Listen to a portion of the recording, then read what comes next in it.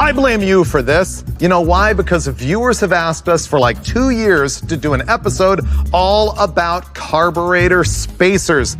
You would ask, why have we resisted? Well, the thing is, these carb spacers, they really change their effect on performance depending on the intake manifold design, the engine displacement and camshaft, the carburetor that's used. There's a lot of different effects that they can have on performance. We think we've put together a combination here that is sort of as broad and representative as possible for you. But first, let's talk about what a carburetor spacer is. There it is. It's as simple as that. It's one of the cheapest things that you can do to change the performance of your engine. You simply put it on your intake manifold right there, slap your carburetor on top of it. And it affects the distribution of the manifold, the fuel curve, all sorts of things that you will see. The thing is, there's a lot of different types of carburetor spacers. This one is what we call an open. This is what we call a 4-hole. These are both 1 inch tall. You can get them like up to 2 or 3 inches tall. There's other variations that are like a tapered combo, or ones with steps, or ones that are just split in the middle. But let's be honest, these are the two that really matter in the world. The other thing that's different about these is that they come in all kinds of materials. You can get them in wood, you can get them in plastic with little rubber inserts that keep the carburetor from vibrating. You can get them in die-cast aluminum, billet aluminum, or what this is, which is phenolic resin. What is phenolic resin? I questioned it because thermoquads have the main body made out of phenolic resin, but what does that even mean? It's based on an organic compound called phenol, and it's mixed with formaldehyde and some acid and stuff like that, and it becomes hard plastic. You know what's made out of phenolic resin? Carburetor spacers and pool balls. All right, there's completely random information for you. Let me tell you what we're gonna do for the test today. So the victim we've got here today is our 383 small block Chevy that you have seen in a zillion episodes of Engine Masters, but we've changed it up a little bit for reliability. So this is the same Blueprint Engines short block that you've seen over and over, but we kept on seeing a valve float problem at the top end, and Steve Brule really wanted to fix that because he was worried in some tests that it might affect the results, and so he wanted valve train stability. He started by putting solid roller lifters on our hydraulic roller lifter camshaft. It's the same cam we've always had. The degrees of duration at 50 are 230 on the intake, 236 on the exhaust, and for performance, we also changed the cylinder heads. This is an aluminum Dart Pro 1. It's got a 215cc cast intake port. Now we're also gonna change the intake manifolds on this thing, including a baseline with our Dart single plane. Now here's the mind-blowing thing. All of those changes, and believe it or not, it makes exactly the same power curve that it made before all of those changes, but it is way more stable up top. Now in our testing, you're gonna see we're gonna switch from this Dart single plane to the Dart dual plane intake manifold, and that's because we know from experience that the 4-hole and the open spacer perform radically differently depending on what intake manifold you put on them. And so we're gonna kick it off with the single plane, then move to the dual plane, and you will find out the magic of the carburetor spacer. How simple is that? So for this test, what we've decided to do is add a couple of sensors that we don't always use. And one is the air hat, which measures airflow that the engine is drawing in cubic feet per minute. And the other one is these 802 sensors. They're oxygen sensors, not dissimilar to what you have in your regular passenger car, but we have one in every cylinder so we can identify the air-fuel ratio in every cylinder. We're potentially only looking at 2 or 3 horsepower differences in some of these spacers. And so we want to be able to identify where the gain or loss is occurring. And so, like they say, you can never have too much data. So we're going to go in, baseline this thing, get some numbers, and move on from there. Spacers are tough to predict. The only one I think I can predict, and I'll probably be wrong, is the open on a dual plane. Dispense with the chit-chat, gentlemen. Baseline it, Brule. I'm Yes, cutting sir. to the chase. Wow.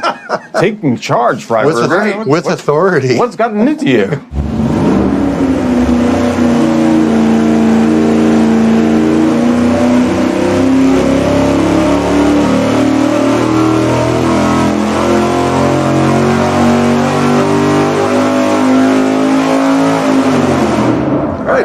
Performed as expected. Yes.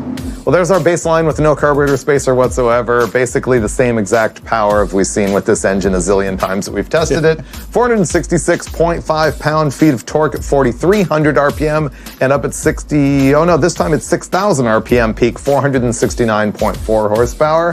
And where do you want to start? 4-hole spacer or open spacer? Let's do the 4-hole first. I concur. I was thinking 4-hole first and then the open spacer for the big number. Is that because we all think that the open spacer has some potential for a little more power? So Not necessarily. The thing about spacers is they can be really unpredictable. So Wait a minute. Off camera, you predicted 7 horsepower with the open. Yeah. On this manifold. Yes. Yeah. I'm going 0. But you never know until you try. I'm going with you this time. Okay, 4-holer. See, he said this time, like I'm normally wrong. No. Man, Brulé is just on a roll.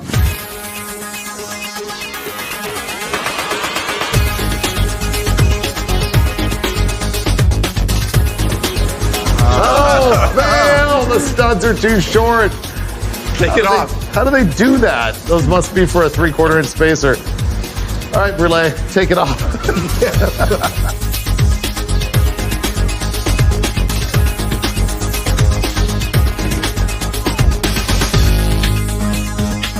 All right, we've got the 4-hole spacer installed. We're getting the air hat on so we can check to see if there's any measurable change in airflow, which may attribute to a power change or not. We don't know yet, but it's another piece of data to grab. Dulcich and I have got the 4-hole spacer installed, so we're going to go check it out. While you guys were buttoning up the air hat, I was toasting myself a delectable Pop-Tart. You're not even allowed to eat those, Freiberger. It was against the advice of my nutritionist, I have to say. Priorities. Oh, well. So what's going to happen with the 4-hole, Dulcich? I think it'll make 2 more foot-pounds of torque, and that's it. I've learned not to question him. He's always good for Well, a no, laugh. I mean, and that's going to be below peak torque. Oh, okay. Yeah. I have no idea. I say run it.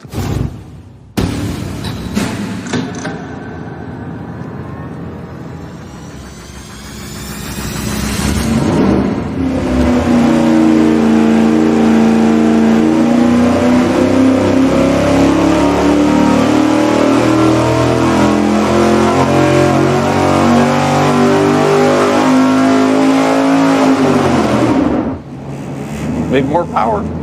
I didn't see much of a change in air-fuel ratio, No. which is interesting. Before we look at power, we're looking at air-fuel ratio. We've seen that spacers can affect the signal at the carburetor, which will change the air-fuel ratio. And what are you seeing here? Pretty close Richer down there. low and leaner at the top, which the leaner at the top is puzzling to me. As a general rule, would you say the 4-hole tends to draw on the carburetor more than the open? Yes.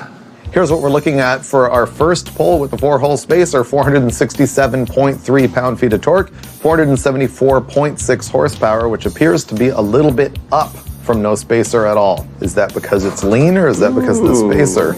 It's made a couple of foot-pounds more at the bottom and more horsepower at the top. Who'd have thunk it? Could this be because it's lean up there? There's another thing you need to look at, and that's going to be pounds per hour of fuel, because it may have different distribution, which will show sometimes an air-fuel ratio, and it's actually using almost the same amount of fuel. Okay. It's pulling more fuel, and it's showing a leaner mixture, Right. So and let's it's making more power. So let's look at the distribution. cylinder distribution, yeah. That was very astute, Dulcich. Well, you know, I'm a student of the engine science. I really liked it. It's still 14.6 to 11.5. Well, let's compare it to another. Yeah, let's see if it's tighter without the spacer. There you go. So red is no spacer, black is tighter with at the the top. 4-hole. It's See that? here, Where it's making more power. It almost is tighter. Yeah. Yeah, so it affected the manifold distribution tiny bit. And it actually helped on the bottom, because you don't have those 2 that are way out of the field there at the low end that are 15s. These 2? Yeah. So it did help. I'm going to say it's more cylinder to cylinder than any other Yeah. single thing. So no spacer moved more air, but with the spacer, made a little bit more power. Very So small bit, like 4 CFM or something. manifold distribution. Yeah, that looks a little tighter. So that's more than any one single thing. I think that's probably. I think we're out of tune-up options. We go straight to the open spacer.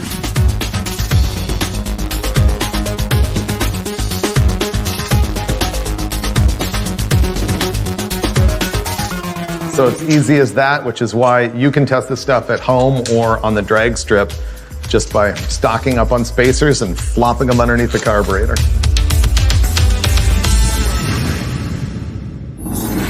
I finished my Pop-Tart, so I'm ready to run the open spacer. All right. What do you think the open spacer does? We might see that it needs more jet, maybe. I don't think it's going to make more power because I think this manifold's already too big for the engine. All right, fire it up, let's go.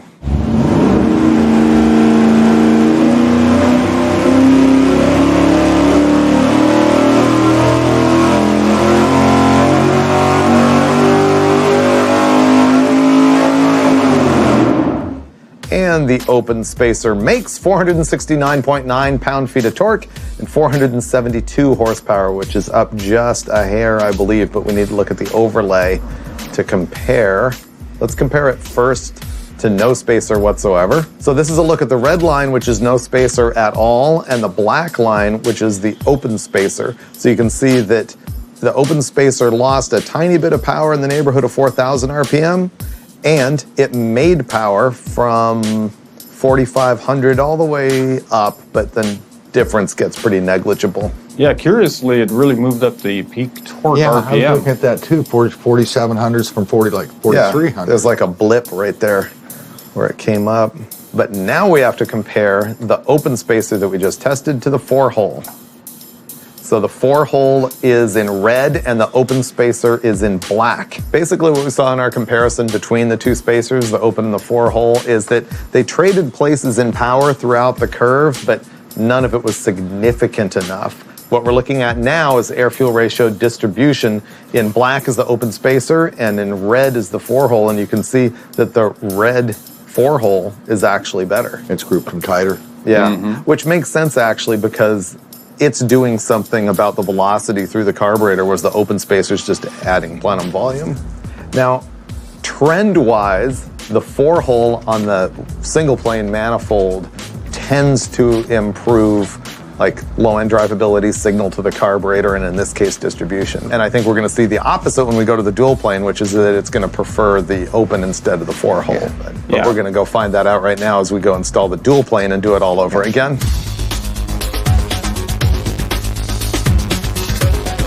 With the carburetor off this, you can see that this dart intake is a single plane, wide open plenum. This would be typically designed for something that makes more RPM, more power, more displacement than this engine.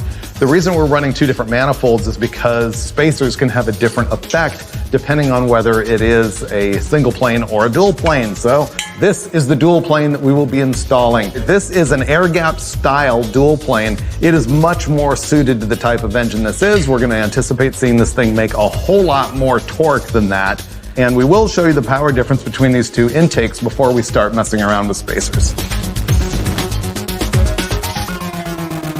We've already done our first pull with a dual plane. It was really rich. We went out there and leaned it out by 9 jet sizes overall, which is a big whack. And we're gonna see if it makes a difference in power.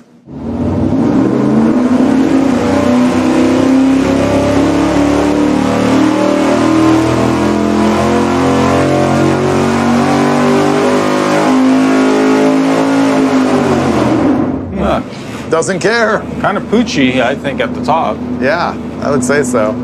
So after the tune-up on the dual plane, where we went in and leaned it out some, it actually just came down a hair in power. We're looking at 474 pound-feet of torque and 454.6 horsepower.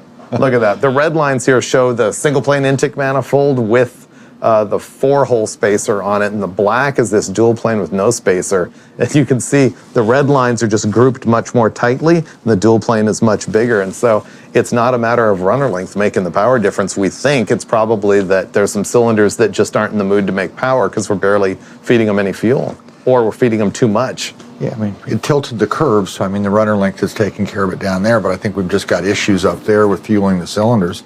Cylinders at 16-to-1 don't make power. Right. Yep, and there's nothing you can do about that in the carburetor to fix it. Maybe the spacers may help.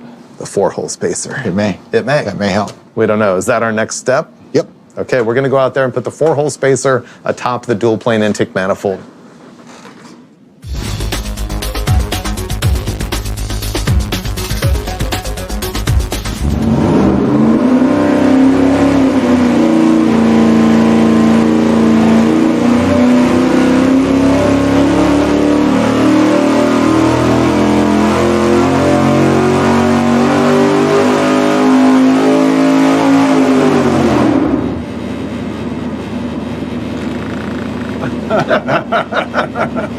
Okay, 465.8 pound-feet of torque, 455.5 horsepower. We're pretty much saying that's a 0. But to really know, we have to compare it to the curve of the regular dual plane with no spacer. Okay, red lines are the no spacer, black lines is the 4-hole. It's smoothed out the curve. The range here is not that different. We're talking about 12.4 to 12.8, negligible, but this is flatter. Okay, I could say we can count out air fuel. Let's look at the individual cylinder distribution. I'm going to read you off the cylinders in order, 1, 2, 3, all the way to 8. 15.9 to 1, 12.9, 14.4, 13.8, 14.1, 12.5, 14.9, and 12.0. What's the trend that you're seeing there? Yeah, well, we're seeing it's all on one side. We're seeing a whole bunch of lean cylinders. These cylinders are not making power, and that's why it got worse when we leaned the carburetor out, is they made even less power. Right. Well, the trend that I'm seeing is that it's every odd cylinder that's lean. Yeah, it's one side of the engine. bank, Yep. which makes no sense because on the dual plane manifold, one level is feeding inner to and outer on the other side. I know. And the other level's doing the opposite. So It can't do this, but it is. Okay, so final answer on this thing is we suspect this manifold is not that good because of the leanness along one bank, but what we know is that the 4-hole spacer did nothing good on this combination. No matter how much we tried and fought with it. The open spacer is going to be the miracle worker here. Let's hope. It's what we normally see, but who knows? There's only one way to find out. We're going to change to the open spacer.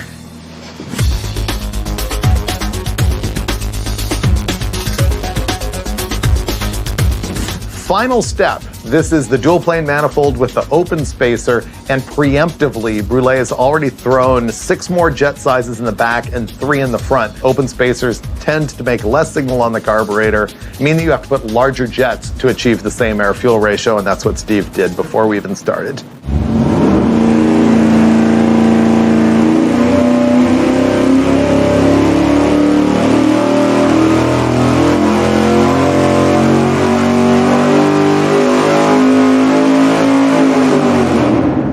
So the horsepower that we saw just now was 465.8 and the torque 478.2 with the open spacer. Let's look at it versus no spacer at all. So black is the open spacer and red is no spacer at all. So that is absolutely the right thing to do. That's a lot of horsepower. Yeah, I didn't expect that it was that big of a hit, but man. I didn't either. And that comes down to the cylinder distribution. It's not just that the spacer made that, it's that more cylinders are doing, Their work. They've come to the party. Reason why I think the cylinders are, more evenly distributed is that 1-inch spacer is sharing more pulses side to side You've got better from the two communication. planes. Yeah. Better communication, exactly. And so the fuel's making a turn somehow and getting to wherever it needs to be in a better way. But wait, I I wonder if it's using more air too, or if it's taking in more air with the single spacer, because that's a big chunk of horsepower. You would think there would be more air, or is it all efficiency and better distribution? if cylinders are making more power, they're not necessarily drawing more Not necessarily. We're but- going to look. Let's find out. This is what we've. Whoa! No. So it's all efficiency, It's all basically. efficiency. And that's what I mean. If they're making more power, if it's because they're richer instead of leaner, it's not going to draw more air. It's that it's using the fuel more efficiently. Yeah. So I think the last thing that we need to do is look at our best run with the single plane, which was with the 4-hole spacer, and our best run with the dual plane, which was with the open spacer. So black is the open spacer on the dual plane. Red is the 4-hole on the single plane. It's tipped right in the middle, pretty much like you would expect for dual plane versus single plane. So now it's a question of what are you doing with the car?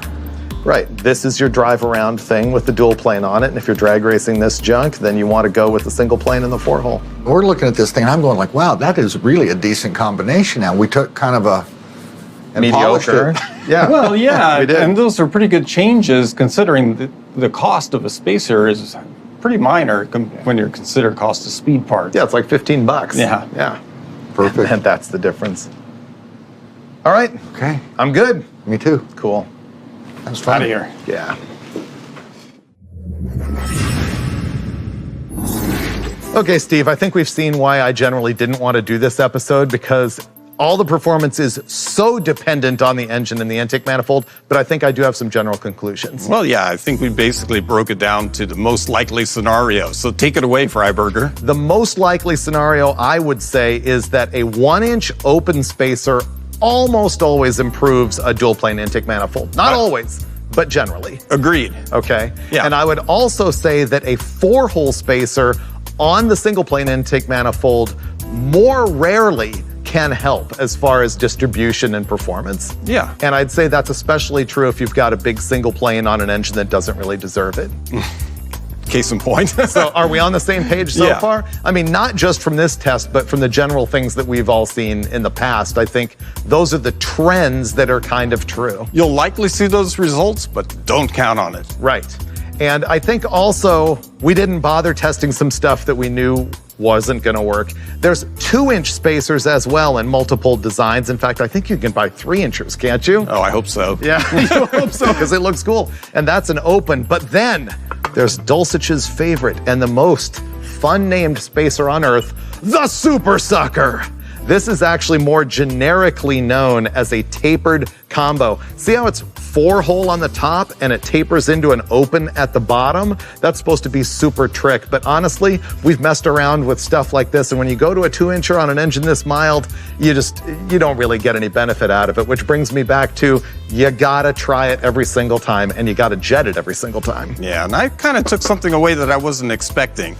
To me, I always thought the volume was the big player, but what I found out is basically is how the carburetor is interacting with the manifold when you stick that spacer in between. And that changes. We saw that in the fuel distribution. On both tests? Yes. Yeah, absolutely. Which is why you were talking off camera about how guys will go to the drag strip and try a bunch of spacers and never touch the carburetor, and it just doesn't work that way. Honest truth, if you want to get the most out of your carburetor spacer, you need an oxygen sensor in every single hole so you can see what's going on. At minimum, you need 2 oxygen sensors in your headers. Do you agree? Yeah, or a lot of drag testing will do the same thing. Exactly. But generally, I would say your ultimate takeaway is if you've got a dual plane, try a 1-inch open spacer, and that's the end of the story. It's about the cheapest power you can get. As a matter of fact, Dulcich wants to go home and make one out of plywood. Oh, yeah, I can do that. And so we hope to have more in-depth and factual information. Man, I love when we get to do head-to-head, brand-to-brand shootouts. This time, it's different intake manifolds for a Ford 351 Windsor. These things are great because we're gonna give you not only the power numbers, but also the price, so you can decide what works best for you.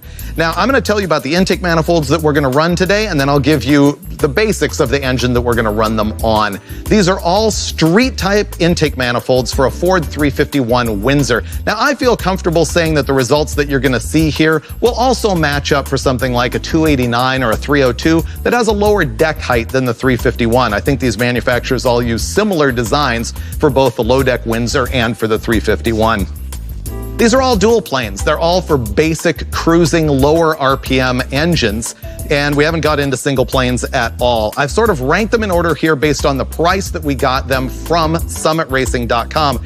There is the basic Edelbrock Performer, which is the lowest rise, lowest performance intake manifold here, but I chose it because Ford guys often have hood clearance problems, like on Mustangs and things, and having that carb pad height just be like 3/4 of an inch lower can make a difference. So we're gonna find out if that one's worth it for you, even though it's probably gonna make the least power. That one is $309.95 at Summit, making it the most expensive manifold in the shootout. The next one up is also an Edelbrock. It's the Performer RPM, the taller, more high RPM oriented intake manifold. That one is $304.95 at Summit Racing. Moving down the line to cheaper stuff, we get the Wyand Stealth intake. That one is $262.99 at Summit. And finally, there is the Professional Products Typhoon, and that one is our cheapest unit at $255.95. So the engine we're gonna run all of these on is that. It is a stock 351 bottom end, cast pistons, about 9.5 to 1 compression, nothing special. The power comes from those Airflow Research 165cc cylinder heads, and it's got a hydraulic roller camshaft from Comp Cams. It is their XR282. Every time we run one of these intake manifolds, we'll be topping them with my favorite carburetor, the Holley XP, in a 750 double pumper. We've got MSD ignition. We'll have long tube open headers on it. This thing should make in the neighborhood of 430 pound-feet, 430 horsepower. It's what it typically runs. And that is like right at the crossover point and RPM range, because this runs just a tick over 6,000, where you got to decide between a single plane and a dual plane. And that means we're really going to be taxing the airflow of all of these. So the one that makes the most power is definitely the best intake manifold. We're going to bolt up the Performer first, slam it onto the 351, and roll that junk into the dyno cell.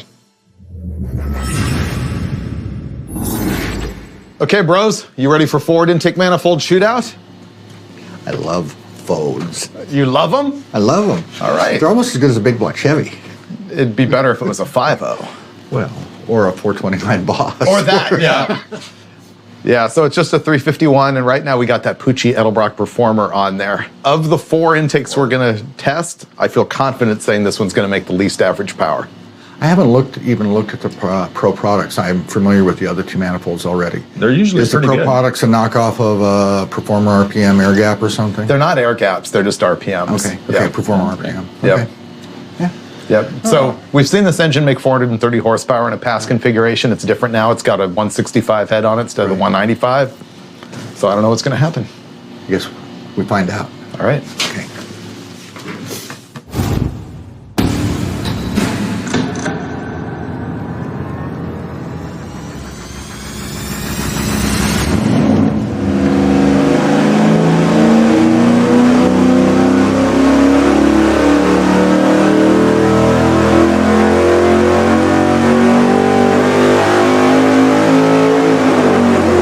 Wow. That's not bad. Pretty good. Wow, I look like a chump. I didn't think this intake would make 400 horsepower. I really didn't. It's a nice curve, too. It made good torque. It was just good everywhere. So this is way better than expected. Look at that. Look how clean the curve is. That's what I'm saying. It's a And beautiful then curve. Look at that torque hump there at 3,900 RPM. It's nice. So we just made 425.2 pound-feet of torque at 4,000 RPM and 419.8 horsepower up at 6,100 RPM. I did think not stretch is pretty good. did not see that kind of power spread coming out of this intake manifold. You know what I'm impressed with? That's a 2,100 RPM spread Right. between peak torque and peak power. Which is probably more a function of the camshaft and cylinder head. Yeah. Yeah, but that fact that that intake manifold could pull off 420 horse nearly, And make it to 6,100. I'll Good eat stuff. my words. I mean, I still think the others are going to be better, but that's mind-blowing that That's it was pretty good. capable to do that Pretty much. good. Yeah, no, I'm pretty It's happy. going to be fun. We hadn't done any Ford intake stuff yet, and be good to see. Yeah. All right, let's go pick another one to install. Let's flip coins. What's next? You want to flip a coin for which one to install next? Nah, you'll decide anyway.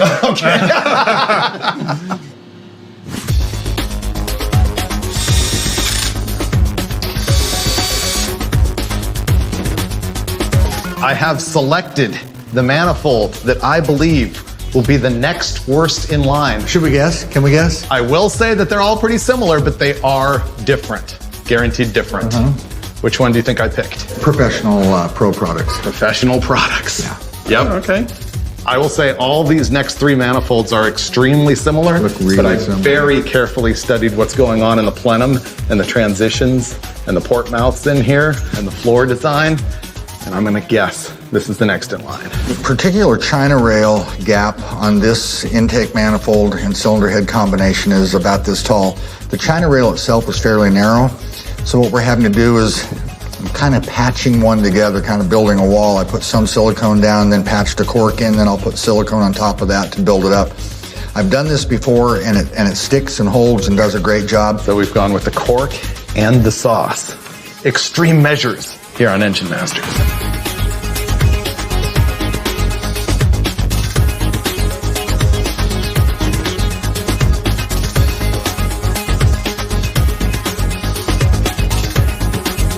Okie doke, I've got the manifold here. This is the Pro products. We're gonna go in the control room and see what it does.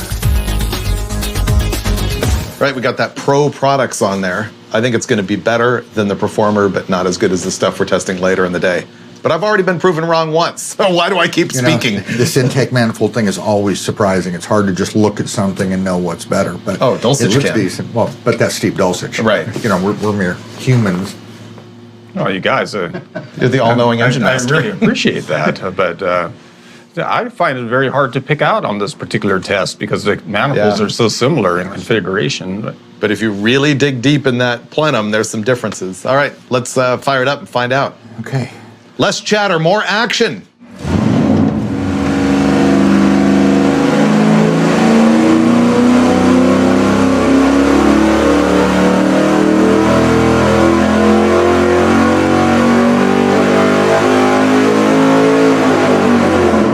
Wow. Here's our results with the Pro Products Power Plus. It made 431 pound-feet of torque at 4,000 RPM, and then it tickled another 100 RPM higher than the Performer intake, making 435.7 horsepower at 6,200 RPM. But the real tale is going to be when we overlay these curves with the ones from the prior intake manifold, the Performer. Wow. There you go. That's the Performer in red versus the Pro Products manifold in black. You can see it's a huge difference. So far, you're right.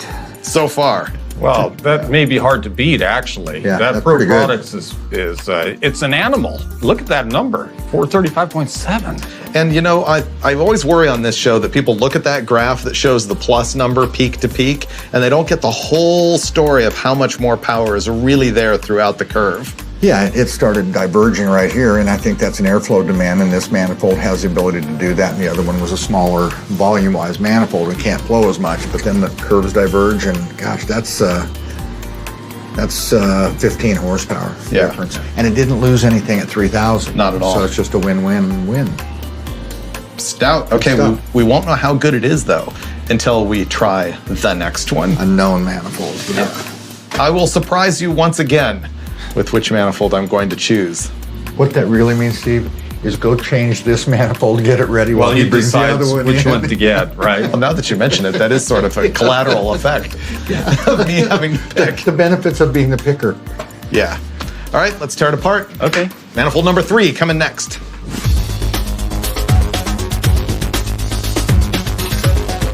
Okay, guys, I'm surprising you with my next choice. It's a 50-50 chance. It is It's either the Edelbrock or the Wyand, and I'm going to say the Wyand. the Edelbrock RPM. Now, by power of deductive reasoning, you would realize this means I think the Wyand might make a little more power.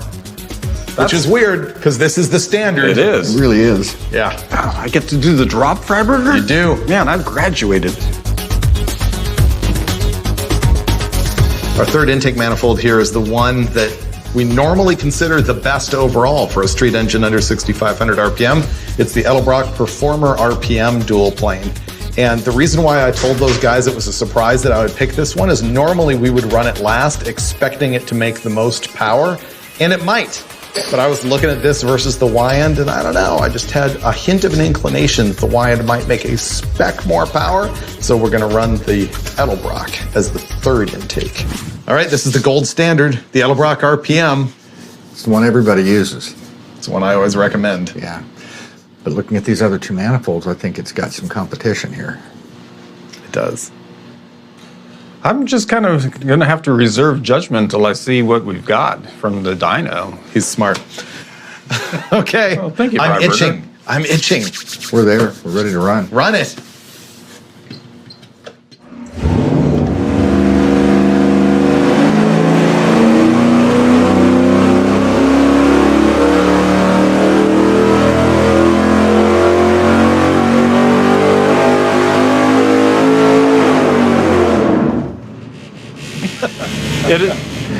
It's good. It's good. Is it better enough? Okay, well, here's the peak power numbers with the Edelbrock RPM. 435.7 pound-feet of torque at 4,100 RPM, and up top 435.2 horsepower at 6,200. But what we gotta know is how it compares to that last Pro Products manifold.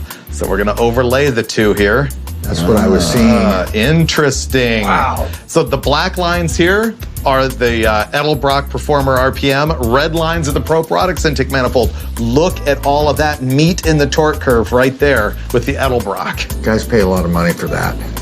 I mean, that's a huge difference. Yeah. That's Kind of big. what I was seeing as the RPM went by is this torque in here, and then the peaks look the same. Yeah, and up top, the horsepower is negligible. Actually, the Pro Products is just a little higher after peak, but insignificant. Wow, that's interesting. So this is the difference in $50 and American-made Edelbrock versus Chinese Pro Products. That's a $50 difference? I'd spend the $50. Oh, yeah. Yeah, look at that. That's a lot of meat in the torque curve right there. Absolutely. Interesting. That's why it's the gold standard, right? I guess so. So I feel comfortable saying that the RPM wins that contest, and you'd probably notice it, maybe not just driving around the car, but at the drag strip. I think that's worth a little. Yeah, it's a bunch. Yeah. Sometimes you just can't give it away even just knowing. Right. I mean, how do you give away Right. 15 for $50? Yeah, you can't.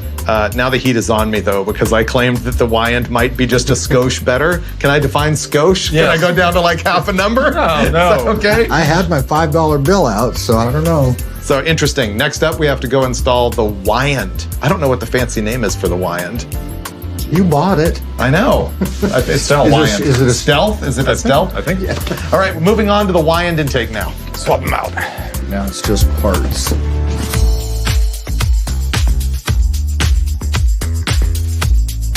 Well, on the dyno, we often get away with reusing intake gaskets over and over and over, but we've hit our limit. So for our final manifold change here, we're actually installing new ones.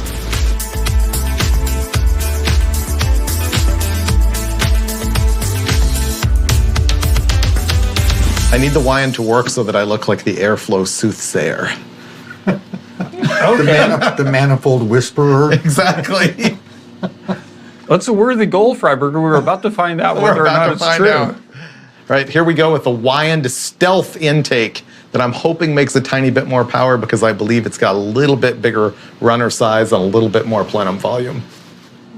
Well, I wish you luck with it, Freiberger. I mean, I really I've got no idea. I want this win on your ticket here. Thanks, buddy. Yeah.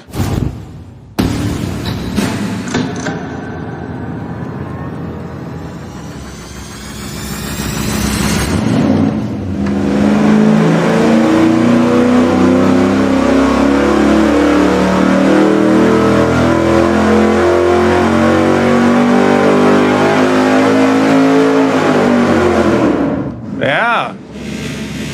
Freiberger. All he cares about is the peak power number. It looked like That's the only reason you're happy, huh? Right, that's the only reason. Let's have a look. All right, our Y-end stealth intake manifold. Here's our peak numbers: 426.5 pound-feet of torque at 4,100 RPM, and up top 436.7 horsepower at 6,100 RPM, thereby making me look like the Nostradamus of intake manifolds, Wow, at least as far as peak horsepower goes. How did you predict that, Freiberger? It's uncanny. Wow. Hard to say, but let's look at the overlay because I have a feeling that the I don't torque think the torque is quite not as good. quite where I wanted to be.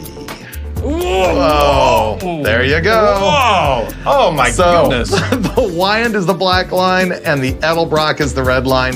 So even though the Y-end tickled a little bit more horsepower up at the top, One. that volume I was talking about in the runners in the plenum absolutely destroyed the torque down here. So you gotta say the overall winner is our old standard, the Edelbrock Performer RPM. By a long shot. Look By at a the long torque shot. difference. There's as much as 15 here. Yeah. You know, we're looking at 415 versus 430, 432, 217. yeah. Like 434, Now that's 419. Yeah. That's massive. Well, you know what Yeah. that is? That's the difference between a power curve and a magazine number, basically.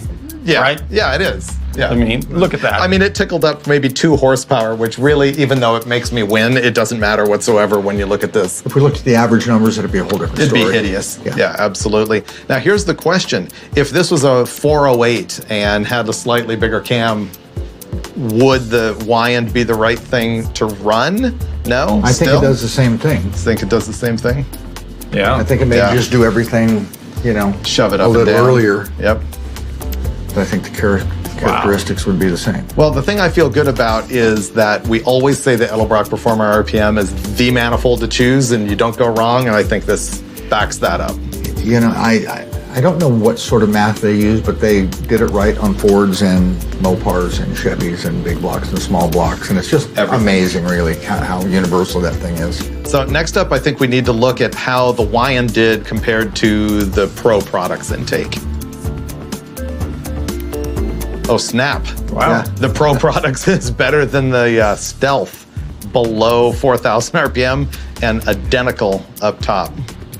Interesting. I wonder if that has to do with the larger plenum size and runner size that I was observing in the Wyand. Yeah, you would could think that, but then wouldn't you also think that it might carry a little bit more at the top if it's a volume situation? Yeah, it's just not as good at the bottom and pretty close from the mid-range on up. Interesting. Here's the last thing I want to do. Let's compare the Performer RPM versus the Performer, our best and our worst. Okay. Let's have a look. Look at that. That explains a lot. Back down here where there isn't that much airflow demand, they're much closer and they get further and further apart as they climb. So the black lines here are the Performer RPM and the red line is the regular Performer. So if you are a Ford guy looking for a lot of hood clearance and you need that Performer, you now know exactly what you're giving up. And here's something you guys don't know. You know what the most expensive manifold is that we tested here? The Performer. The Performer at $309.95 at Summit Racing, and the RPM is $304.95. Well, it's $4. I have a question for you. Yeah. You talked about a bigger motor, and I said that I thought they would do kind of the same thing. If it were a 289 cubic inch engine with these manifolds on it, do you think that we're going to see that sort of difference when there's not the same air demand? I think the Performer does better. Yeah, it'll narrow up. You think it does better? I think it tightens up the difference. It tightens up the difference. Yeah. Yeah, for sure. But here's the other thing I've always said is no matter how lame your engine is, you can't really go wrong with the RPM. No. You and I tested one a long time ago on a stock Chevy 305 that made like 280 horsepower.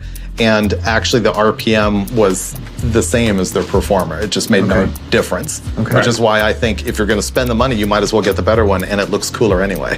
Yeah, it does look cool. What's it all about, right? Well, good stuff. Yeah, that was a really good test. I love doing these head-to-head shootouts, and I think it's interesting that the Performer RPM won when we did the Chevy, and it did it again on the 351 Ford. The thing I like about this is it's engine specific. The guy with a 351 gets to see which manifold he wants to choose. It's not theory, it's not kind of guessing at things. I mean, it's A/B testing. It's exactamundo. Cool. Thanks, Done. Brulio. Thanks, guys. Yep. See you next time. Just the facts, Dulcich. Okay. The data bears it out. The Edelbrock Performer RPM is the clear winner. The data proves it. Well, yeah, it's the old standard, and it's kind of nice to see it win. But for me, there's a whole nother takeaway, and that's you've got 4 intake manifolds that virtually to the untrained eye look identical. But there's 16 horsepower difference top to bottom, which is a lot. Huge, yeah, all through the curve. So you can't just pick your favorite logo and just slap it on, right? Well, you can, apparently, if it's Edelbrock. Well, I guess you're right. The thing I really like about episodes like this is I think there's a lot of outlets that are scared of doing the brand-to-brand shootout, and we just walk full face right into it. Oh, yeah. No fear. No fear. That's what you get every time on Engine Masters. I don't know what the beef is here, but I have not been this pumped up for an episode of Engine Masters in a long time because we are leaving nothing on the table. We are going to put some stank on this thing. Here's how it's going to go. We are going to test this engine naturally aspirated on gasoline, then with this 871 supercharger at a couple different boost levels on gas. Then we're going to put nitrous oxide on top of that. Then we're going to switch it to E85 fuel and see what kind of power gains that gives us. And then we are going to nitrous it on E85. Not playing around this time. Let me tell you about the combination here because this is also personal to me.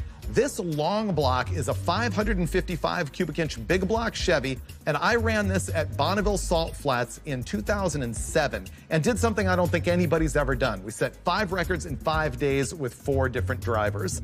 And so this engine has a lot of legacy for me. The bottom end, it's a stout block, it's a forged crank, it's billet rods, it's CP pistons.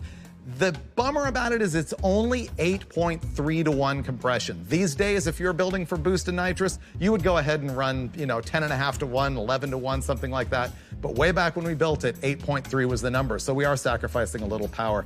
The heads on top of this thing are an Airflow Research, or AFR, 357 Magnum. The camshaft is another no fooling around unit. The duration at 50 thousandths is 281 and 290 on this thing, and it's got like 800 lift.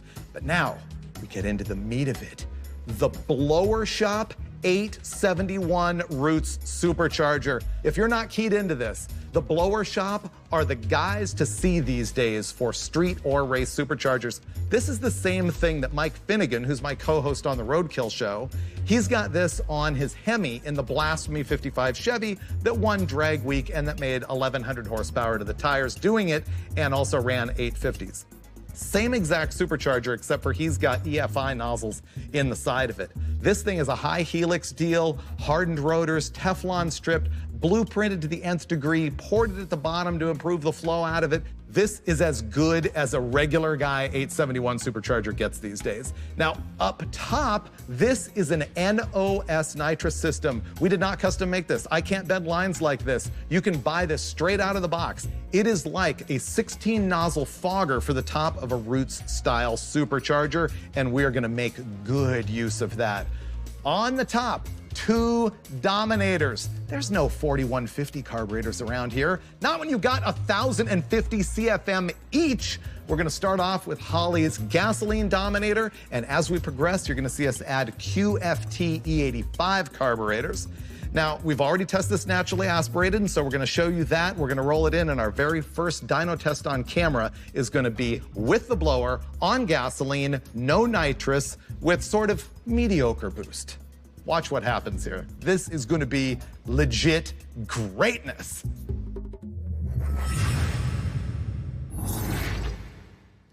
First of all, I think we should have the pandemic every day because this is a lot more comfortable than cramming in the little dyno room. I agree. It's kind of awesome. Yeah, it is kind of. Yeah, with the screens and everything. I guess what's gonna happen is they're gonna show us the engine here so that when it's blowing up, I can scream at you. And then when we come back to do data, we're gonna swap them so that he can actually read the screen from there. I'd rather see him wear his glasses. Oh, okay, yeah. Yeah. Oh, the specs are pretty good. I can see like an owl now.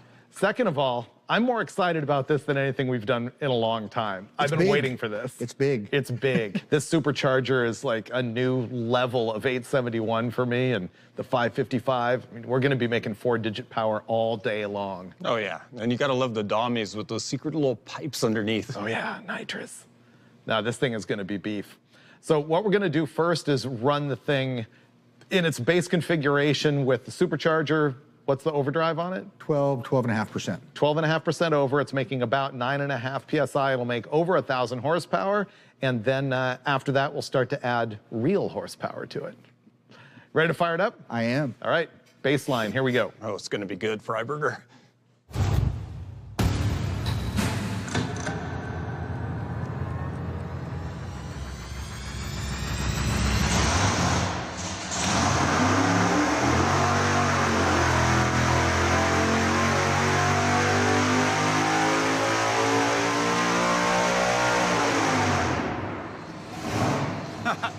You got it.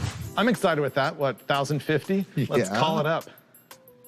It's making 1,052.3 horsepower at 7,200 RPM. Our torque peak is gonna be 882 right at the hit of 5,000 RPM. Since we're talking about power, let's look at this curve versus naturally aspirated. You can read all that Boom. stuff. Okay, so I had to call up this comparison. When I first took this engine out of mothballs, I had Brule pre-run it with a single 4-barrel carburetor, naturally aspirated, just to make sure that it was healthy. It made 768 horsepower at 6,500 RPM, and now it's making 1,052 at 7,200 RPM, so you can see the effects of the supercharger. This is comparatively low boost. This is half of what Finnegan runs in his Hemi. 1/2 the boost. And we're still making 1,052. I think we're doing good with thing. half the boost. Yeah, not bad. You look at the air-fuel ratio numbers, and they're flat like fuel injection. It varies 1/10 during the whole pull. Yeah. Pretty amazing. Good carburetors. Yep. That's a good base. One thing I would be curious to note is the difference in intake air temperature at one boost level to another. Because one of the things I wonder is once we get into the E85 in particular, does it actually allow you to run more boost because it's a cooler charge? Like, it's not just power because it's cooler, but also power because you can run more boost safely. Well, I would think so, because you have a lower temperature, you're going to have more detonation resistance at that lower temperature, so you can run more boost, because ultimately it's total cylinder pressure that's going to determine it. Yeah, so that's what I'm thinking. Maybe we should run 2 boost levels here. We got Rocket Brand 118 in it, right? We do. Do we have something that is gonna make, 14 instead of 9.5? I don't know. We got some pulleys over there. I can go look. We're gonna go do pulley math. Be right back. BRB. Let me find the pulleys. Here's what we're doing. Our baseline pulley drive ratio was a 54 pulley on the bottom and a 48 on the top. That's the number of teeth on the pulley.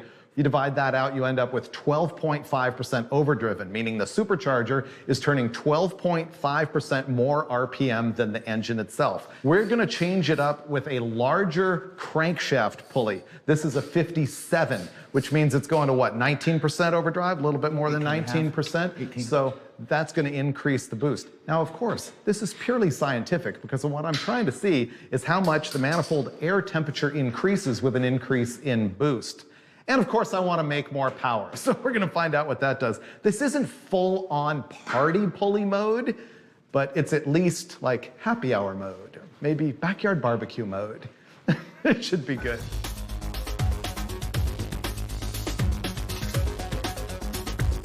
Okay, now Bruleo is warming it up. And to be accurate, I said in there it was 19% overdrive. It's 18.75.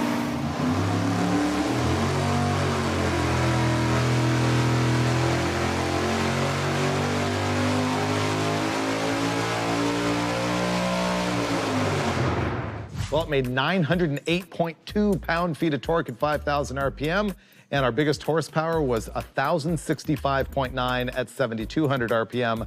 Not as good as I had hoped. What was the gain in boost? We went from 9.9 to 11.7. So not a giant change, but I'm guessing it heated up the air quite a bit. Yeah, and this is probably not unlike what we've seen so many other times with gasoline, as you get to that point where it's just the per pound of boost, the first 5 or 6 is 40 or 50 horsepower per pound, and the last couple is what, 10 or 12? It wasn't a lot. Yeah. Yeah, it went from 1053 to 1060 something. Yeah. Not worth it. So we're at the point of no return on gasoline, where it's heating up the air, which is a greater detriment than the addition to boost. Plus, it brings risk of detonation and melting electrodes. Well, we've got air inlet temperature over 215 degrees. I mean, that's the thing about a Roots blower. It's got that limitation compared to some other forms of supercharging. Yeah. It adds more heat when you really start pumping up the blower speed. We gained 20 degrees Fahrenheit in the manifold. The new manifold temperature with the bigger boost is 218 Fahrenheit as opposed to 198. So that's a solid 20 up. Yep. Okay, cool. So I guess we're moving on from here to nitrous. Nitros. Oh, this is what I've been waiting for. I know, me too. It's gonna be great. It's not your motor. I know. It's okay, it won't be yours either. So Steve-O, there's a whole bunch of tubing here. This is like a fogger style system. And so, I mean, how's this jetted up? Tell me the rundown here. You got it, it's exactly like a fogger system. In fact, the jetting that we have in it, I took right off of Holley's website for fogger jetting. So what we have in it now is Holley claims that it's 175 horsepower jet. We have 8 number 22 nitrous jets in it. Right. For gasoline, we have an 18,000s fuel jet in it. So, I mean, what's the difference between running that kind of a setup or running just a regular plate system under each carburetor? This looks way more awesome. Yeah, I guess that's reason enough. So, hopefully it works as good as it looks. It will. I think we're ready to go, right? Yeah. This is going to be the nitrous pull. We've got the same pulleys on the thing, same tune-up.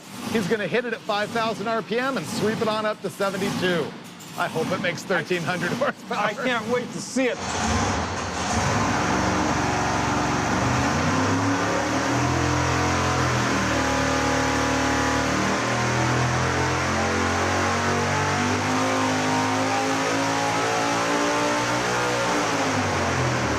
So our peak torque number on nitrous oxide is actually 1,053.7 at 6,300 RPM. And the peak horsepower is 1,269.4 at 6,900 RPM. Okay, now that we've looked at our power, which is obviously huge, although it didn't hit the 1,300 number I was hoping for, let's have a look at the manifold air temperature. Ooh. Interesting. No significant change there. It was 218 at peak, and now it's 214 at peak. Here's something that I find really strange. I'm hoping that the brilliance of Brulé gives me some expert tutelage on why. Hey, how about me? I expected the manifold air temperature to drop way low on the nitrous oxide. It really didn't. We saw a peak temperature of 218 with no nitrous and 214 here with the nitrous. I think it's a combination of two things. I don't think it's cooling as much at this power level because there's more compression, because it's more boost. Right. I don't think it cools as well, and I think that it's a probe issue as well. Okay. Let's look at what happened to boost. So our peak boost is the same at 11.7, but it did show right when you hit it at peak torque, the boost went up. So the red line is the boost curve with no nitrous. The black line is the boost curve with nitrous. So obviously, as soon as he hits the button and it reaches peak torque, right here at 6,300, or I guess that's 65, the boost goes up, but then it drops back down. But since it's making more power, it's consuming more air and more nitrous and more fuel. So since the pulley ratio is the same and the RPM is the same, why doesn't it show more boost? I'm going to throw it at the sensor. I'm going to say that closed-end sensor isn't really quick enough to see the drop. Also, the higher output of the blower, the more pulley we put in it, the percentage of nitrous becomes smaller, so it makes less of a difference. If we had this at 3 pounds of boost, I think it would show even more cooling because the rate of temperature versus nitrous is different. I thought that all of that stuff taking up space in the manifold would see the boost rise. And clearly I'm wrong. I'm just trying to discover why you guys think I'm wrong. The temperature. The temperature. Oh, which is also adds dense, up to your yes. probe not actually Yes. reading. Because if the It's not temperature in the colder. manifold Takes drops up that less much, space. it takes up like space. Bing! Good Brulé pull, just- Brulé. Yeah. Good pull. Every He's once in a sitting while. there like, uh-oh, what affects pressure? Volume? Ooh, heat. That is exactly what was going on. That was pretty good. Good pull. That actually explains it. Okay, moving on to E85. Now we're doing our changeover to E85, which really only means pouring different gasoline in the tank and changing the carburetors. These are QFT 4500 series carburetors, similar to the Holley Dominator. They both flow 1,050 CFM, but the QFT is designed specifically for E85. So once we get this changed over, we're gonna be making big power. Now we've changed the fuel to E85. Just to explain to you what that is and why would we be doing this. E85 is a gasoline you can buy at most pumps. It's not really available around here. You don't have it up in your place, do you? Yeah, it's Oh, not really? really gasoline. It's like 15% gasoline and the rest is ethanol alcohol. Is that the idea? Yeah.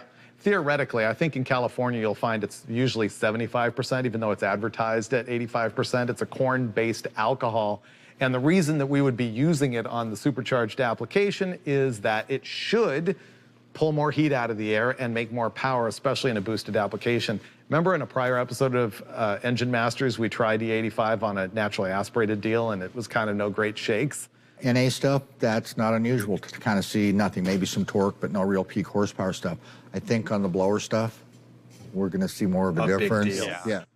All right, so we're gonna fire it up now and find out what kind of power difference we might see based on the fact that it's gonna pull more heat out of the air. So we're gonna be looking at that manifold air temperature to drop and the power to go up.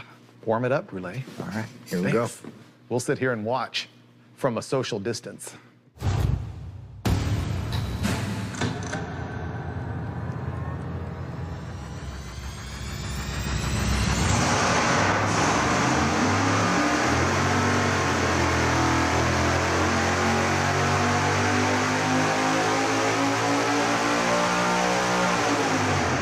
So our new peak power numbers are torque at 5,000 RPM, 970 pound-feet, and our peak horsepower is gonna be 1,138.7 at 6,800 RPM. So we picked up 72 horsepower just by changing the fuel. Let's find out why. First of all, manifold temperatures. Yeah, let's see here. Wow.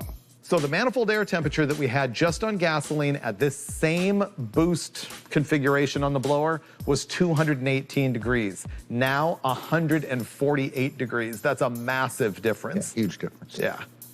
So now we're really seeing it. So what did it do to boost though? If it cooled it off that much, did we reduce our boost?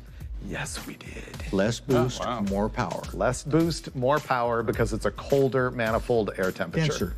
There's more air to burn. Yeah. And so exactly how much less? We did have 11.7 PSI and it is now 10.5. So it's got a full 1.1 PSI less boost, which is significant. All right, let's look at the graph of actually the difference between the gasoline and the E85. You know how much I love graphs. Yeah, because it's just so visual. This. Wow. Wow. Everywhere in the curve, no downside, 100% win. Wow. That is definitely worth it. And it's like so much cheaper than race gas. That too. Yeah, absolutely. I mean, Yep. that's I all remember win. when we did this naturally aspirated, my conclusion was, but with boost, yes. Yeah. Big difference, yeah. Yeah. Fun stuff. Man, so that's pretty good. So E85 is awesome. You know what's awesomer? E85 course. with nitrous? Oh. Party brulee. You party, it's yours.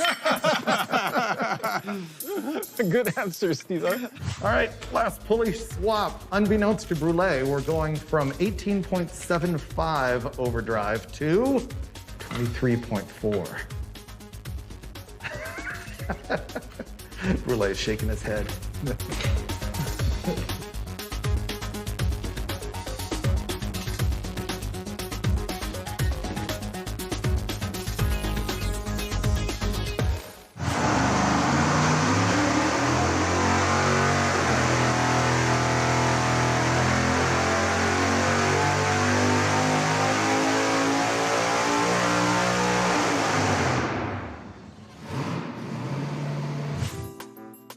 Well, Steve, you're smiling. It was lame. You know, at some point you have to go, yeah, that was pretty good, 1,160 horsepower or something, and we haven't even got to the nitrous yet. I'm I disappointed. like it. No, I mean, we have to look at the numbers before we can talk about the numbers. I get a preview, though. That's the difference. Yeah, I know. So I'm humming because it looks like we only picked up like 26 horsepower. We made 1,165.1 horsepower at 6,800 RPM, and the torque was 990.5 at 5,000. And I know it would seem absurd to be disappointed by that, but it looks like we picked up 1 full pound of boost with the pulley swap and only picked up 26 horsepower. When we go back to the gas stuff, though, that was pretty similar, too, towards the end of the curve. When we were up in that 11 or 12 pounds of boost area, it was kind of the same thing. Less sensitive. I just thought the E85 would improve that situation. What was our manifold temp? 158, so it came up 10 degrees than with the other pulley set, which is not bad. Yeah, you're just up against the law of diminishing returns here as far as blower speed, temperature, and stuff like that. Size, there's just a lot going on there. So this motor's only 8.3 to 1 compression. If it was 10.5 to 1, would it actually indicate more boost? I don't think so. Honestly, I got to think about that. I'm not 100% sure. Yeah. I don't think so. The question, though, is based around the fact that I think we've shown today that boost it's a concept. In other words, when people walk around, it's like, how much boost are you running? 12. Oh, well then blah, blah, blah. Well, but it depends so much on manifold air temperature and the engine displacement and this, that, and the other. I can't tell you some of the frustration I go through, with fuel injection guys in particular, mechanical fuel injection guys. And these are tuners, and they say, well, how much boost does it make? And it's like, it doesn't matter. It's how much power does it make? Yeah. That's what we have to do with the fuel system. And everyone relates to this boost thing. And we both know, or all of us know, that it's a restriction. Airflow is the biggest consideration here because if you put that supercharger, your turbo, or whatever is generating the boost up against a a huge restriction. You're going to have sky-high boost, but you're not going to have any power. Yeah. For example, we could put a much smaller camshaft in this, like a 230 at 50 camshaft. And make more boost. And a lot less power. Right. So boost is just a concept. As we proved in our prior test, when we put the E85 in and made less boost, made more power, there's just more to it. But nevertheless, I'm let down by gaining only 1 pound of boost and only making 26 horsepower. So, as if 1,165 horsepower isn't good enough, we're gonna go ahead and hook up the nitrous. Ready? Oh, yeah.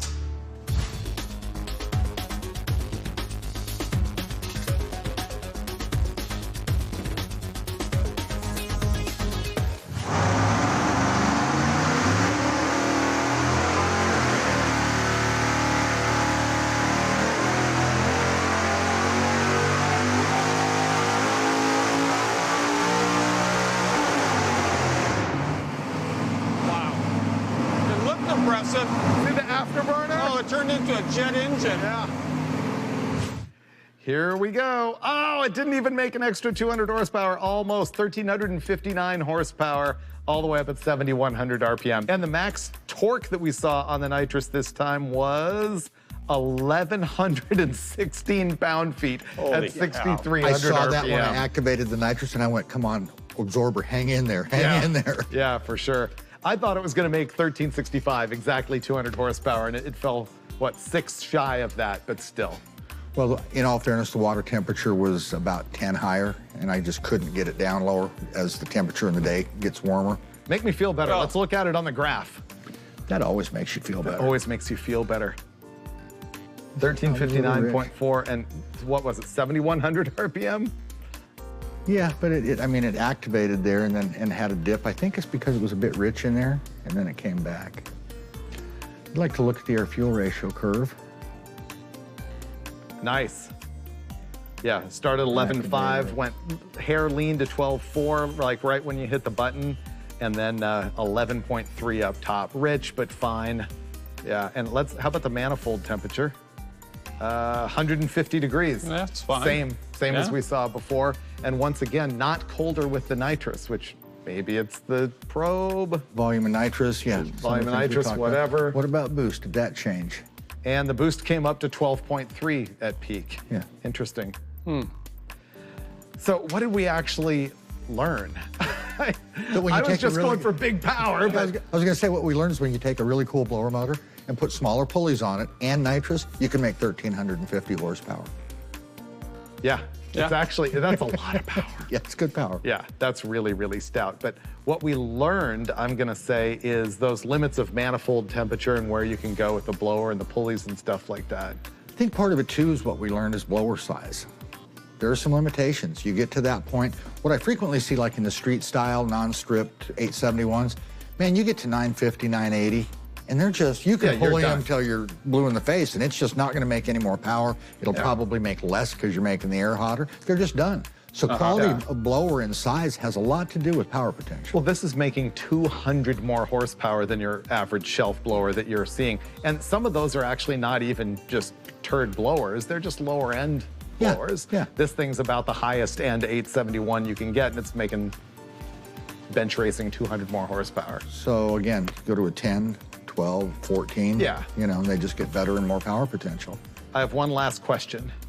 Do you have more nitrous jets? Sure. Really? Are you kidding? I love the nitrous. I have all the jets. Oh, So boy. could we hit it with another 100? 140 horsepower Sure. and make 1,500? If you want. We could? I'll let you. Really? Really? Wow, he is completely fearless when it comes to your engine. We should have 1,500 horsepower. Let's go for it. I think we need 1,500. Oh, man, that's like your buddies egging you on. Oh, man, I had no idea it was going to come to this. Yes! Yes! Look at the happiness level, Freiburger.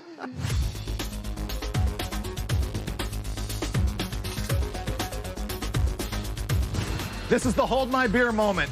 We have got a 350 shot tune-up on the nitrous system. So we went from 175, which actually made 200 horsepower, to 350, which could actually make 400 extra horsepower. So we're looking at making in excess of 1,500 horsepower if everything goes right. Man, you've got more guts than I do, Freiberger. Seriously. Going for the glory. Double the nitrous.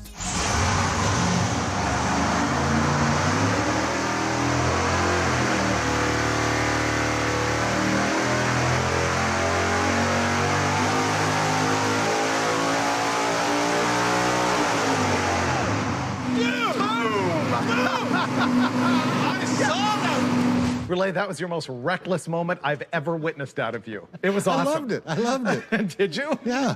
You're all smiles too. Absolutely. I know. I saw 1,500 go by, but let's look at the actual data. Okay, let's see. The We're good. Iceman. Oh, 05. just barely. It made 1505.3 at 7,200 RPM, and it was probably on its way up. Yeah, and then you probably a chickened little out. Torque-wise, it made 1233.7 at 6,300 RPM. That's absurd. I could trim the tune up a little bit, maybe pick up a few more, but I think we're I'm done. happy where we're No, good. we're done. I'm comfortable now. Well, you're so brave 10 minutes ago. No, it lived though. Yeah, so it did now live. I'm giving it a reprieve. 1,500 horsepower. Pretty good stuff. Yeah, so it basically picked up 150. What was the jets that you put in it? 36-42. Let's look at the air-fuel ratio. Oh, Brulio nailed it. It's a little rich. Like It's I a said, little I could Trim rich. it, I could trim it a Yeah. touch there, drop the fuel pressure probably, maybe go back 2 thousandths in fuel, but Yeah, it was 11 Close. to 1 at peak Yeah, it doesn't need to be. horsepower. It could be leaner than that by, a point, honestly. Yeah. But we don't need to go hunting for another 10 or 15. Happy. 1505. This is the most fun we've had in a while. It is. Yeah. Can we look at the curve? We can. Is it a curve or is it a table? Table. It's a table. Nice tune-up. Do you want to compare it to the prior nitrous shot or no Sure. nitrous? Yeah, Well, let's look at the prior nitrous. nitrous shot. Ba-boom. There you go. Oh, wow. As easy as a jet change. Look at that. And now throw on there the so-called NA, the blown but with no nitrous on E85. Which one? That's going to be a final. Oh, weak. Man, Weak. You can't have that garbage. Yeah. Yeah, when your junk only makes 1165, you're nobody. You got to go to the 1500. Oh, man. I'm was happy. awesome, Freiberger. That was good. Yeah. Exactly what I was hoping for. Give me the COVID smack. That is a 350 horsepower jet off of NOS's chart. And it made? And it made 350 horsepower. Look at that. And table flat. Pretty good stuff here. I'm really liking that. That is awesome. All right. This is like my favorite episode ever. Me too. Thanks, guys. Yeah, I like Cool. Good stuff. Look how excited you are. You're like a little kid. All right, Steve, I'm just going to stand here and gloat as you heap me with praise. Freiberger, you just made 1,505 horsepower. And I'm super proud of you, bro.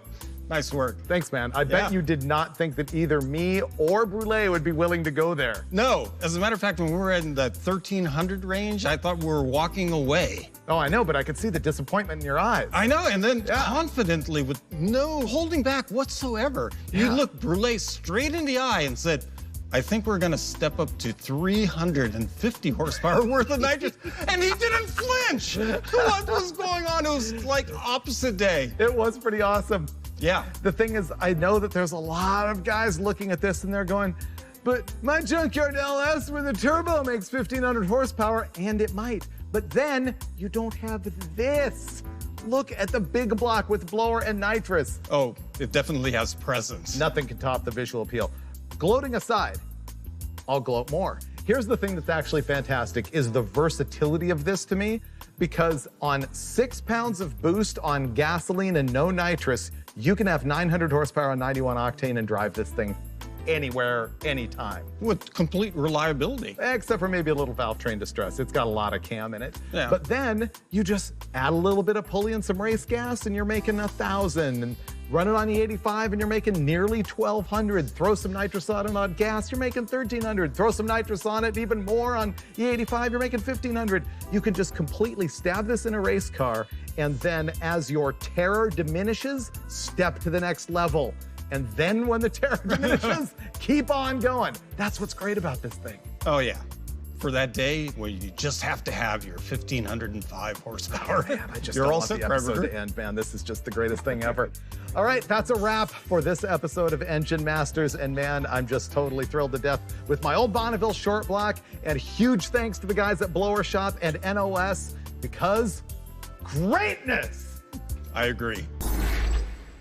Me and the Steves love testing engines, and in particular, we love testing camshafts because there's always something to learn. And this time we're going to address one of the most complicated things about camshaft profiles, and it is lobe separation angle or lobe displacement angle, also called LSA or LDA. First, let me tell you what that's all about, and we'll do it staring at this 440 Mopar camshaft by Comp Cams right here. So the forwardmost lobe on the cam is the exhaust port on this Mopar. It's opening and closing the exhaust valve.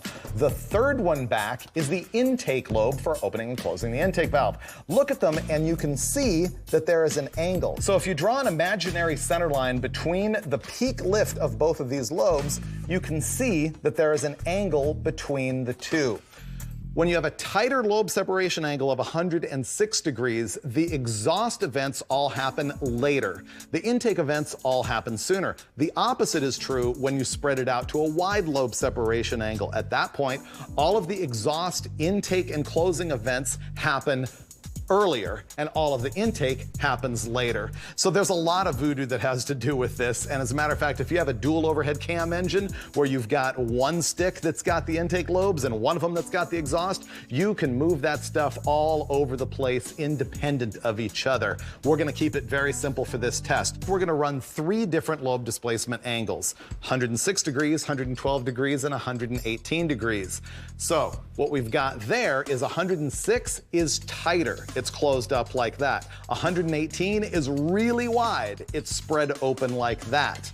And so we got Comp Cams to make us 3 separate camshafts that are identical except for the lobe separation angle. They're all mechanical rollers. They all have a duration at 50 of 264 on the intake, 268 on the exhaust. The lift is 660 and 330. That lobe separation angle again is 106, then 112, then 118. So let me talk a little bit about what you can kind of expect from this, which you might not see on the dyno, and that is idle quality. When you take that lobe separation angle and tighten it up, it makes for a lot of valve overlap, which is the period of time that both the intake and the exhaust valve are open at the same time across the end of the exhaust stroke and into the intake stroke. That's what gives a camshaft that really choppy idle. It makes it sound gnarly, but it also reduces idle vacuum and can make drivability difficult. So that is the cost of the tight lobe separation angle. However, it tends to make much beefier mid-range torque. When you widen out that lobe separation angle, you smooth the idle. You get greater vacuum, and that's the reason you see it in a lot of VFI applications. And the other thing that you do with that wide lobe sep is it tends to favor the much higher end of the RPM curve for the camshaft at the sacrifice of mid-range torque. So our plan is to run those 3 camshafts through that 440 Chrysler. And to tell you all about that, the beauty is on duty. Mr. Steve Dulcich! All right, put me in the Wayback Machine because I actually built this engine 20 years ago, and honestly, it hasn't been apart since then. Let me give you a little detail about the whole combination here. Most of the stuff is really stock passenger car equipment. I've got a stock 1969 block, I've got a stock forged steel crank, and I've got 67 440 heads, which I ported. Now the block is filled with some high-performance parts to add durability and performance. I've got Eagle H-beam rods, I've got Arius pistons, which give me 12.66 to 1 compression with these cylinder heads. The bottom end has a Mylodon stud kit, a Mylodon deep sump pan, and a Mylodon tray. Now, the real beauty of this engine is sitting right here, the glorious Wyand high ram tunnel ramp. I used this engine for all kinds of dyno tests for magazine articles, and one of the things I did was test a 4150 4-barrel combination, a Dominator setup with a single carb, and this, my tunnel ramp. And the tunnel ramp pretty much put everything else to shame. So we're gonna roll this thing into the dyno with the 106-degree lobe separation angle. We're gonna see what kind of power that makes, and we'll compare it to the other 2 camshafts. And more importantly for me, I get to see if it still makes the same power it did 20 years ago. The only thing I know here is that I'm going to get smarter by the time we're done. I've done this test before, but I think not knowing as much as I know now, so I'm going to be able to look at more things and think through more camshaft event processes and get smarter. And have more questions when you're done. For sure. Every single time. Always the case. And I'll have way less anxiety when we're done. Are you still all torqued up? Dude, yeah. My favorite part about this episode, he's in charge of the mechanical stuff. Oh, perfect. Yeah, but he's all freaked out. Every time Dulcich has his own engine on the dyno, he gets all twisted. Why do you guys like it so much when I'm actually feeling a lot of consternation? I mean, why would that give you pleasure and joy? Seriously, I mean, we're all friends. We've been working together for a long time. It's just the total reaction, and bringing you back down is really the fun part, telling you that it'll be okay. I'd actually like to put this in a car now, but Steve, why don't you just put me out of my misery and get this test over with? That's a good idea. I can do that. All right, we're going to fire it up initially with the camshaft with 106 lobe separation angle. So we're going to see big horsepower and find out what it makes on the 106.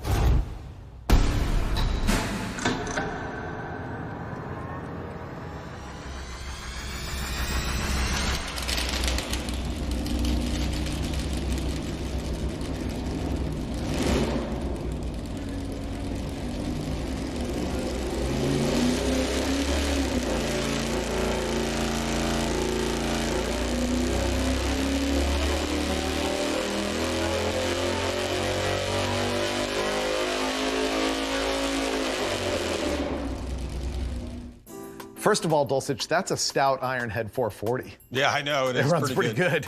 Yeah. All right, here's our power numbers. It made 664.9 at 6,300 RPM, and I'm going to allow Dulcich to call that 665. Oh, thanks, buddy. And 614.1 pound-feet of torque at 5,000 RPM. And I did the math. That's 1.36 pound-feet per cubic inch, which for 452 inches with an iron head is like pretty wowzer. The iron head part's the most impressive. Yeah. I mean, the tunnel ram's contributing to that, and so is the 12.66 to 1 compression for sure. But still, to be able to even move the air through that small block head that they installed on 440s is not bad. Not just iron, but an actual original equipment production iron head. It's a 67 440 cylinder head. And Steve put his magic in. Oh. Boom. So we're going, this is 106, and we're about ready to go 112. So we're spreading at 6. Yep. All right, here we go. Cam swap. Brulet's going to watch, Dulcich is going to change, and I'm going to surf Instagram.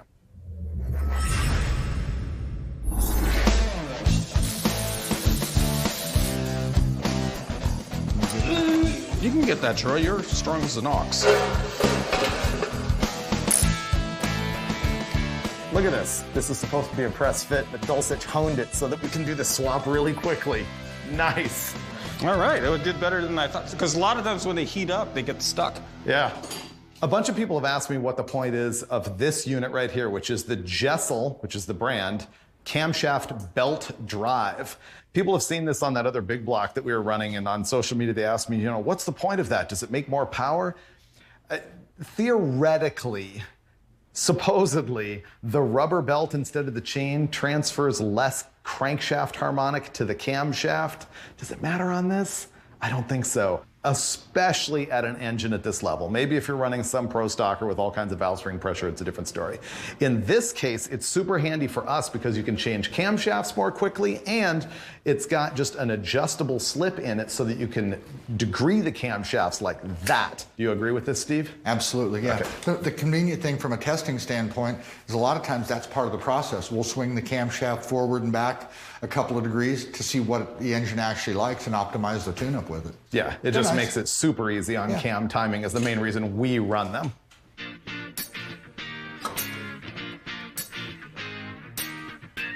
All right, now you just pull these out and cam out. That's a big time saver.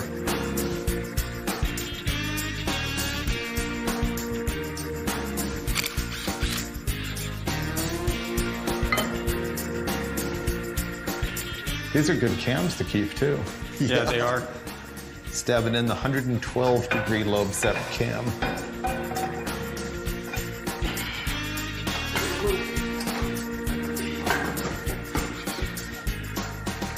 All right, that's it. The engine's all back together. We've pulled out the 106-degree lobe separation angle cam, and we went with a 112. That's a big change, but we want to see a big difference. So we're going to take a look at what that does to the power curve.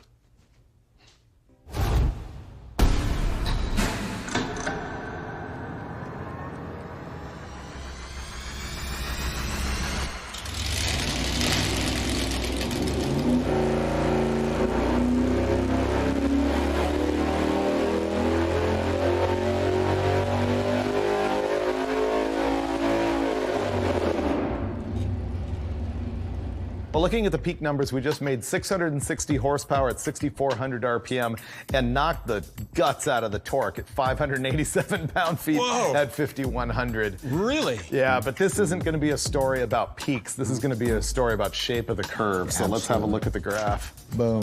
Oh! Wow. You would not choose to do that. No, and that's what I was saying. It's just different motors, but the OEMs do it for idle quality and smooth and low emissions and no overlap and all of that. You mean OEMs run wide lobe separation angles for all of that? Racers do it for stuff out here where this engine doesn't run. Right. And so all this is to me is just a loser. So I think the other reason that we run them on big blocks is that we're running such a big lobe that when you spread it wide, you've still got overlap. Well, or less overlap with the larger lobe, right? Less overlap? No, what I'm saying is when you spread them out. Yeah, but obviously if you took the same cam and ran it narrower, but the lobe is so big that when you say it's on a 114, it's still got a ton of overlap compared with what you would do with a smaller lobe. Yeah. The smaller the lobe is, the more radical the changes on lobe separation angle, the effect on overlap. Yeah, no, there's still a lot of overlap with the larger camshafts. But again, most of the time when you're looking at a camshaft that big, and whether it's a big block or a small block, the thing's revving up to 8,000 or 8,500 RPM. You're not trying to take advantage of a 112 or 14 lobe sep at 6,500 or 7,000. Right. You're looking for that advantage up higher. I've been playing in that neighborhood so much recently that I forgot why when you flip through the cam catalogs, all the drag race cams are on a 106 or a 104 or 108. And that's why, because, I mean, we just killed this thing. Well, even more so when you look at the catalogs, you'll see circle track stuff on 106s and that sort of thing because they want the torque coming out of the corner. Wow, that's more dramatic than I was hoping for. No, but that's okay because when I originally built this engine 20 years ago, the lobe sep I went with was 107. Yeah. Because I knew it was a production-based cylinder head, and it's a small cross-sectional area, so it's airflow limited at that displacement. Now, if I was doing a 383 with the same head, it might want to go a little bit wider and still be okay and run out the back door at a higher RPM. Because of the RPM capability? Yeah, the airflow to displacement, basically. Okay. So I remember about 100 years ago, I remember a 360 cubic inch sprint car guy saying he was putting a 106 lobe sep cam in and that should help it out of the corners. And I just didn't grasp it. Right. This sure helps. This is real visual. It's interesting because when I was completely ignorant of all this stuff, instead of just mostly ignorant about all this stuff, I used to think, I thought because drag race cams for small blocks and stuff, they are on 106 and 108, and they idle really ratty. I thought they were for RPM. It's not. That torque. Big overlap actually is for torque. Mid-range. It comes on mid-range. Cam. When it comes on the cam, which is where things tune together and it just gets that boost in torque right there in the mid-range. And Comp Cams always does their shelf, not always, most of their shelf cams are on a 110 for a typical street strip engine. And I think that's for a balance between idle quality, because a 106 is ratty and lumpy and messy, and still making some of that mid-range power. I think a 110 is probably, as far as a compromise, it kind of catches everything. Okay. You're not giving it away as like a 112 or 14 and getting very specific, and you're not getting that horrible idle like on a 104 or 106 or something. So a 110 is really a great compromise.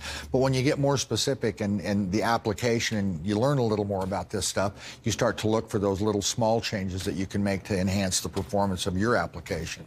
What I'm hearing a lot on this is that, unlike some of the other things that we do with camshafts, that in the world of the engines we deal with is fairly universal. Like you add duration, you add RPM, kind of. You advance the cam, you get more low end. You retard it, you get more high end. Those are like general rules.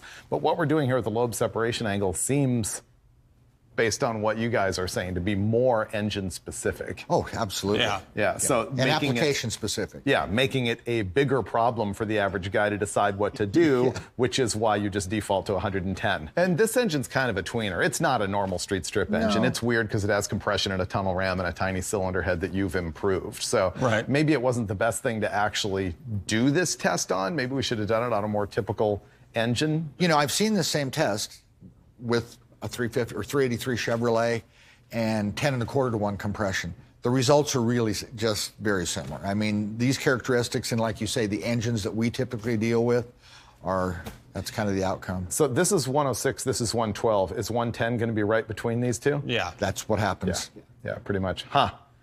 Okay, I think that was the meat of the episode, and now we're going to move on to seeing how much we can actually ruin Dulcich's 440. How much power can we lose? With 118. Let's go make it worse. Another cam swap coming up. Can we run the cameras backwards and then finish with the, I know. with the other cam?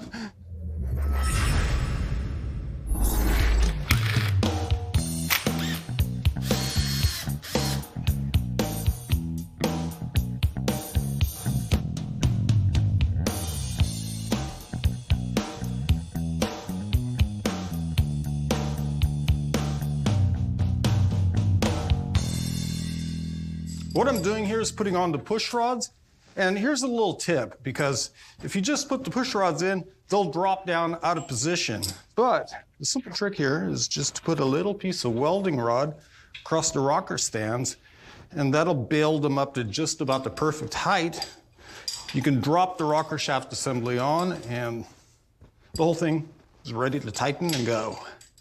So you don't want to just like ramrod any of the 5 bolts holding the shaft down. That's going to stress the shaft because some valves are open or some rockers are going to be engaged. So you want to just kind of ease it down that way so you can avoid damaging the shaft.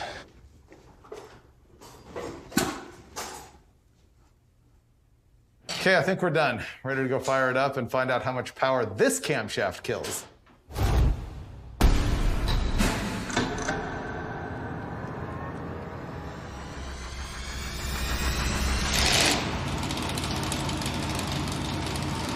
All right, Dulcich, brace yourself for disappointment.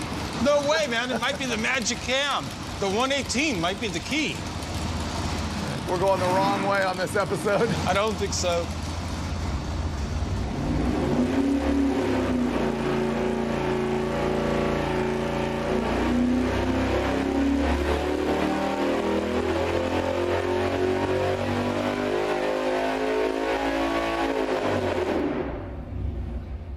Well, our peak numbers here are once again destroying the torque curve. 575.2 pound-feet of torque at a peak RPM of 5,300. And the horsepower is basically the same, 659.9. Call that 660 at 6,500 RPM, which tells you why you never want to believe when somebody just tells you how much horsepower that their junk makes. Never trust engine masters when they only talk about horsepower, because we're about to show you why that's not the only thing that matters. There's the curve right there with our 118-degree lobe separation angle camshaft. We're going to overlay it with the 112, and there you go. The 112 is in red, and yeah, it's... See, that's a trend we were talking about. Up here, where the street engines are kind of done, is when the super wide lobe separation angle may actually start to have some advantage. Well, it did actually raise the RPM at which peak power occurred by a couple hundred RPM. It did. So you're saying if this was a 327 with a good cylinder head on it and you were going to run it to like 8,500 RPM, this might be the right thing to do? Yeah, if you didn't care about anything it did below 6,500. Okay, yeah. You'd run it from 65 to 85. Yeah, it might be the right thing to do. Yeah. Okay, now to show you just actually how devastatingly bad this really is, let's compare it to the 106-degree lobe separation angle where we started. Oh, wow. You'd like that. So clearly, the blue lines here are the best camshaft with the 106. Look what it does here, though. With each step of wider lobe sep, it starts to carry a little bit better up here where we're not using it. Why did it only float the valves or have a valve spring issue with the 106 cam? I think the springs warmed up after Dulcich leaving the engine sit there for 10 years. That's possible. They've rejuvenated themselves. It's actually possible. The real meat of the story here is like right off the hit at 3,500 up through peak torque. I mean, it's It's just free power down there. Up through peak torque. How about up through peak horsepower? Well, okay. It's all the way. All the way. All the way, that tight lobe separation angle's a win. And as disappointing as this was to go backwards in the power curve, the average power the whole time, it still taught me something. Because I'm still rolling around in my head the whole concept of like when you would want to pick something that has a really wide lobe separation angle versus when you wouldn't. We haven't talked about idle quality. We haven't talked about if you have EFI and you know, are more comfortable tuning it with a better idle quality, which you get with the wider lobe separation cam. Idle quality, vacuum signal, all the things that EFI wants. That's part of the reason. Probably part of the reason that we see it in factory camshafts now versus, or in the fuel injection era versus muscle cars, 60s, 70s era stuff. Well, and also the newer cars have much better cylinder heads than they did back then, which is why they can get away with those camshafts. It really speaks to what makes the LS so good. Is that it can be, the combination of a great head and a small cam with a lot of lobe separation. And then what about runner length, too? How is that going to affect it? You know, that's kind of a question mark still, but I would say the correct lobe separation angle is really specific to your combination and your RPM range. Absolutely. I mean, we can't walk away from this and just say, oh, you want a super tight lobe separation in every case. No, in fact, there aren't even, this is what I was saying earlier, there isn't a general trend that we can say. Like with duration, you can say you add duration, you increase your RPM at peak horsepower. You know, it pushes the RPM up pretty much universally until you saturate the cylinder head or whatever. But with this,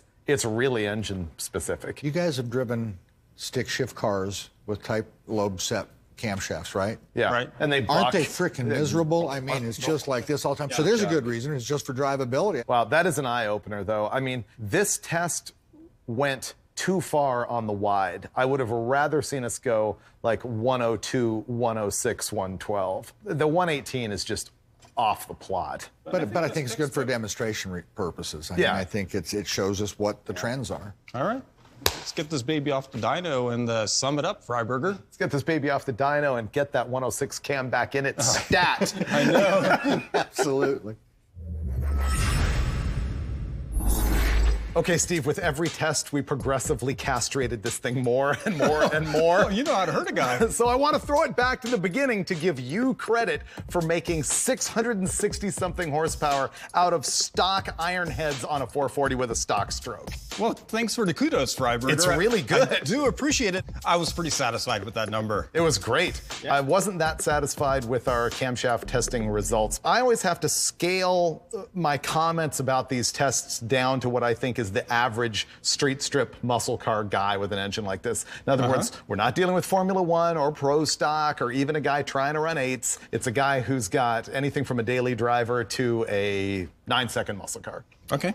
In that range, I would say pretty much get a camshaft with a 110-degree lobe separation angle, maybe a 108 if you're drag racing. Right. If it's a dedicated drag race car and it's only going to run up to about 6,500 RPM, get the 106. Right. I think that there's no real call for getting anything really wide, like a 114 or something, unless you're dealing with an LS engine with a fantastic cylinder head, or unless maybe you want really great idle quality with EFI. Yeah, or if you've got a very, very high-performance car or boat or something where you're revving it out to 7 or 8 grand. Oh, that's when you would use a wider one, if it was really above 7 grand. Another validation besides the horsepower, when I first put this together, and I used a comp roller cam back then, which is quite similar to what we tested today, I picked 107. Oh, did you? Yeah. Yeah. And it made almost the same power as our 106. So there you go. So there you go.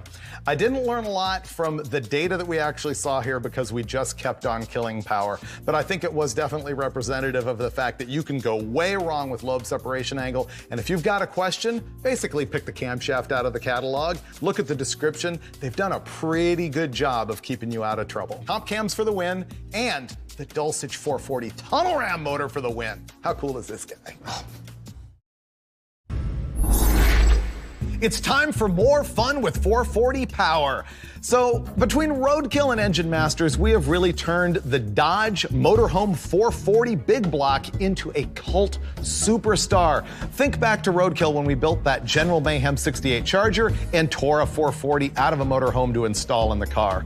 Later on Engine Masters, Dulcich took the 440 that was in the dirt everyday Winnebago and cleaned it up and hopped it up, and between episodes 53 and 58, we ended up making 392 horsepower with a stock long block, and that was pretty good. Now we're going next level by backing up to begin with, because I assure you, this particular turd will not make 392 horsepower. This one's more worn out than our other ones that we've had. It's from a 1978 Dodge Crew Cab truck. This thing has like 7.2 to 7.4 to 1 compression ratio. Everything about it is stock with the exception of a Comp Cam's XE268H flat tappet camshaft and the valve springs to match. It'll have headers on it. It has an Edelbrock base performer intake manifold and a Holley 750. Now, what's gonna make this episode great is you're gonna learn a whole lot. First of all, we're gonna turbocharge it, because people keep telling us without low compression, it's built for boost. Well, we're gonna find out just how built for boost it is. Second of all, people keep asking me, how much better would those engines do if you put aftermarket cylinder heads on it? And we're gonna do that as well. So here's the program. First, we're gonna run this thing naturally aspirated as it sits right now. Second, we're gonna add a turbocharger. Third, we're gonna bolt on some Trick Flow Specialties aluminum cylinder heads. And then fourth, we're gonna add a turbo with the aftermarket heads. So look at all the stuff that you're gonna learn. How much does a turd bone stock 440 make with a cam intake and headers? Then you're gonna find out what you can do with a cheap turbo setup. Then you're gonna see what kind of power the aftermarket heads make naturally aspirated. And then you're gonna find out how much power it makes with a turbo and aftermarket heads. It's the episode that just keeps on giving. I should begin with an apology for bringing that into your shop. You deserve to apologize. That engine is responsible for single-handedly changing Westech's policy on junkyard engines. What's that? They don't come in the door anymore without hitting the hot seat first. Oh, okay. Grease pit? That thing was hideous. I mean, there was literally chunks falling off of it. So. Yeah. Steve's OCD, so he cannot handle a drop of oil on the floor, much less that turd. This thing, unfortunately, isn't going to make the power that yours did before, so you'll be happy to know you're going to win that. Well, okay. Yeah, it's a bit of a smoker, but we can fix that with the turbocharger. First, though, we're going to run this thing naturally aspirated and have a look at the baseline number. Ready? I'm curious. I'm gone. Yeah. Yeah.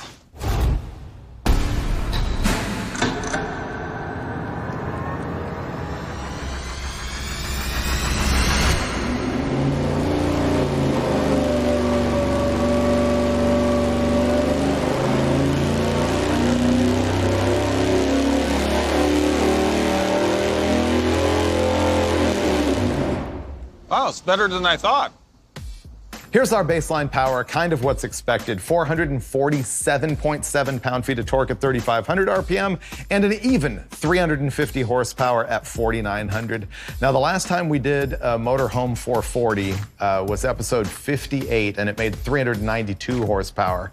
But some things were different. You had that thumper cam in it that had a narrower lobe separation and more exhaust side, and we had degreed it to perfection, and it had a Performer RPM intake manifold instead of the base Performer, and it didn't smoke like this one. I think I had a Street Dominator, single plane, for the 392 horsepower run. Yeah. Okay, maybe that was it, yeah. But nonetheless, a slightly different combination, which is why this one's down. It also had the magic touch of the Dulcich. You forgot that part. Okay, the next step is something I didn't really anticipate initially. We're gonna go install a Holley Street Dominator intake manifold, which is a single plane, because that's the unit I wanna use for the turbos later. So we're gonna do an A/B test on the Performer dual plane versus the Street Dominator single plane. Yeah. Makes sense to me. Yeah. Let me go get it out of my Jeep.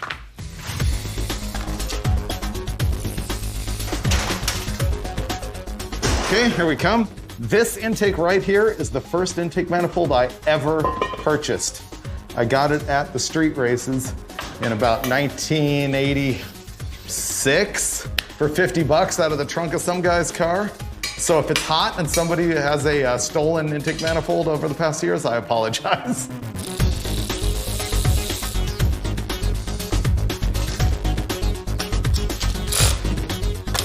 There we go, Holley Street Dominator. Now this is a single plane intake, which normally means it would throw away a lot of bottom end torque, but this has unusually long runners for a single plane, and Dulcich says it's gonna make more power everywhere, but that's what we're here to find out. So Steve's gonna fire it up, we're gonna watch.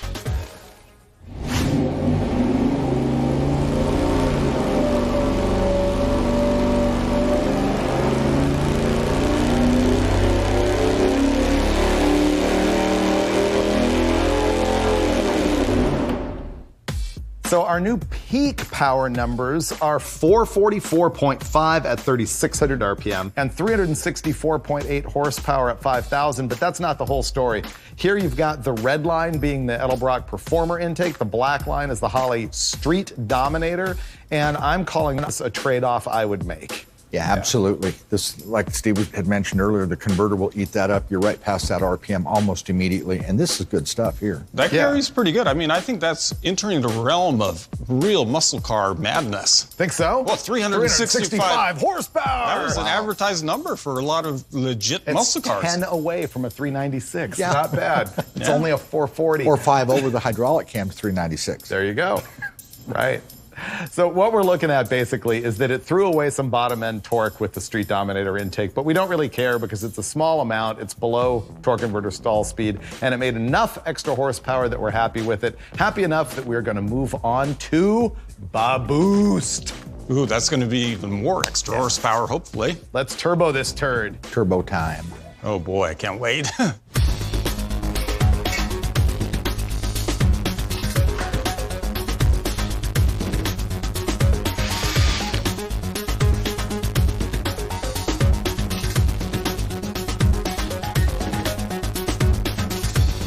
So here is our implement of boost. This whole contraption was put together by Richard Holdner, who tests here for his own YouTube channel, so you may have seen this before. However, we're running it with a different turbo, different intake manifold, and different cylinder head swap than you saw in his program. So he cobbled this just for dyno use. It doesn't fit any car, but it's pretty clever because it starts with stock Dodge 440 truck exhaust manifolds. They're not flipped upside down or anything like that. The hot side comes out of both manifolds, wise into the turbocharger, which is a Borg-Warner S275. You can pick the eBay unit of your choice. It'll probably be similar, but we like the American-made unit there. On the cold side, this discharge right here feeds into a CSU carburetor hat, and we're also using a CSU carburetor, which is designed specifically for blow-through applications. We've used this a bunch out here at Westech, and it's pretty turnkey. How about all these hoses running everywhere? This is an oil feed line into the turbo. Had to punch a hole in the pan for the oil return line.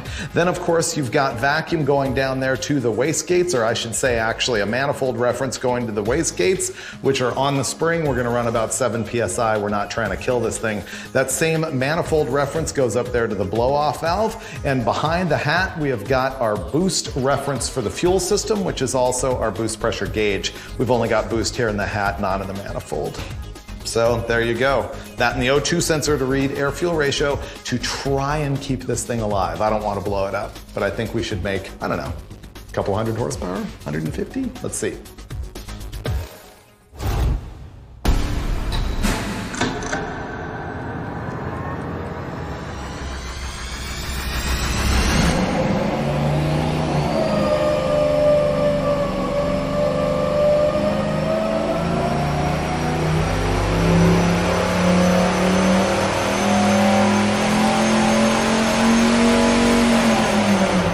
Doesn't make it smoke any less, that's for sure. So we made 9 pounds of boost, and actually 1 pound of boost is a significant correction there.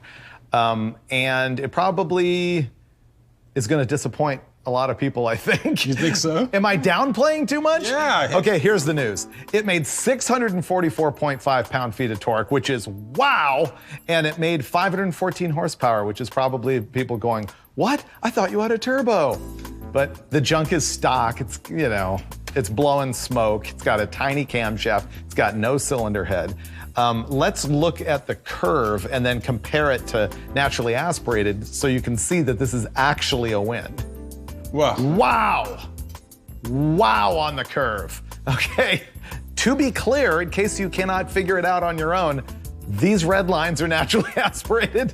These black lines are under boost. So look at everything that went on here. First of all, how much torque did it pick up? From 433 to 632. So that's 200 pound-feet of torque. 200. How much horsepower did it pick up? 148. 148. Almost 150 horsepower. So I was sort of preparing the audience for the low 500 horsepower number. What's your take on that? Well, it just won't run out the back door. I mean, you're RPM limited, so to get a lot of power, it takes a lot of boost and a lot of cylinder pressure, and we didn't want to blow it up. I mean, we're at 8 to 9 pounds of boost, and what if we were at 14 or 24? We'd have an engine blown up. Yeah, you get to pick your power, and we don't want to do that. Yeah. Can you talk a little about ignition timing and what we did here versus the compression ratio? As you compress or add cylinder pressure, the mixture ignites faster. And so you don't need as much ignition timing. But looking at something like this, the cylinder pressure really isn't any greater here than maybe with 12-to-1 compression. Which you're judging on BMEP. Yeah, brake mean effective pressure, which it's a theoretical number, but it's some representation of what the cylinder pressure is averaged throughout the power cycle. And more importantly, it's a made-up number, but in your head, you know, well, a 13-to-1 compression engine is going to do this. It's a number I see all the time. Right. So I So look at what is the 12-to-1. number here? It was in the mid-180s. Okay, so basically that's as if this was an, you know what? I bet you his 12.5-to-1 440 was right there. It is. Right. Yeah. Exactly. So basically what we just did is ran this thing at 12.5-to-1 compression by adding air into the cylinders, which makes for more pressure. And because we're starting at 7.2 to 1. There'll probably be a lot of guys that poo-poo and say you can't do that, but it's got 36 degrees of timing in it. 36 degrees. Yeah. But it wanted 42 naturally Yeah, so it's back aspirated. some. I mean, but the 42 was not big gains from 36 when we ran it earlier. It picked up 5 or 8 or something. Well, and that's because it's such a steaming turd. Pile. Right? Anyway, I think if we had this turbo in a car, we'd be thrilled to death with 644 pound-feet of torque. Yeah. Let's go put some cylinder heads on it and see what the gains are, both naturally aspirated and under boost. I think that might help quite a bit. Hopefully. Yeah. The last couple times we've done motorhome 440s, a lot of people who are viewers have asked, you know, what would it do if it had aluminum heads on it, aftermarket heads? So that's what we're about to find out. I've chose this Trick Flow Specialties head, TFS. First of all, it is fully CNC ported. We picked the model with the 240cc inlet ports instead of the Max Wedge style 270s. And on the chambers, first of all, the intake valve size is 2.190 inches. The stock 440 valve is 2.08 inches. So it's a huge difference. So these are way too trick for what we're doing. I really hope they make a big difference. If they don't, I'm gonna blame that engine because it is a pooch. Is that distributor gonna clear this thing? There we go.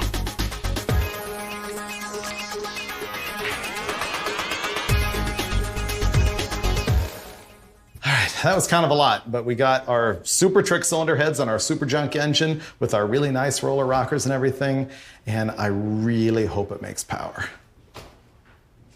Guess that's it. All right, we got 3/4 of a point more compression. We lost weight, not that that matters on the dyno, and we got a way better flowing head. So we're gonna pull it now, and hopefully it makes a ton more naturally aspirated power. Hit it, Steve.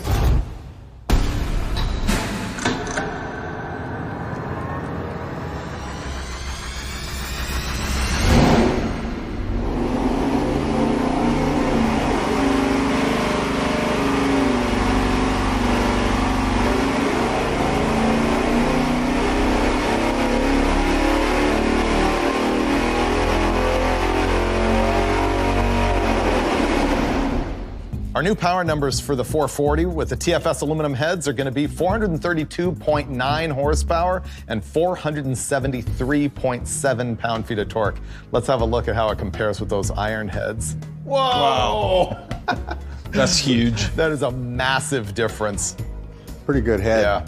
I think the thing a lot of people might not realize, because you read so much about, you know, oh, a bigger head is going to kill low-end torque. No.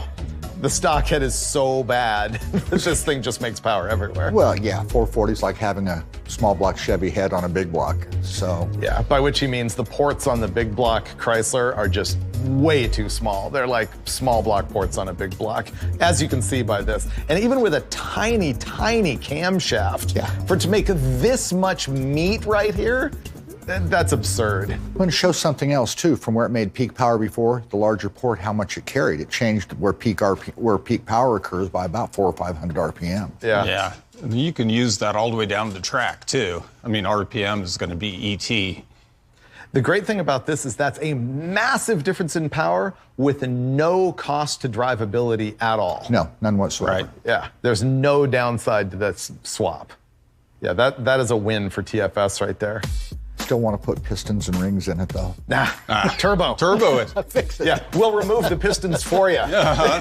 So, ready to go hang that on there? I'll do it. All right, Let's go. turbo.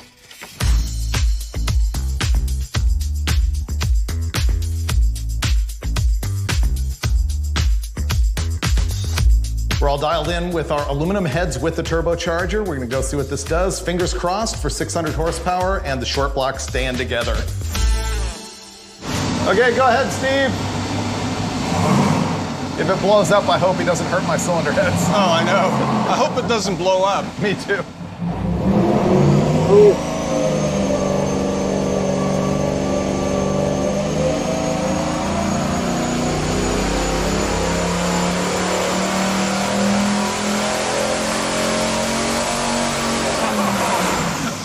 Man, that thing's a smoker. Wow.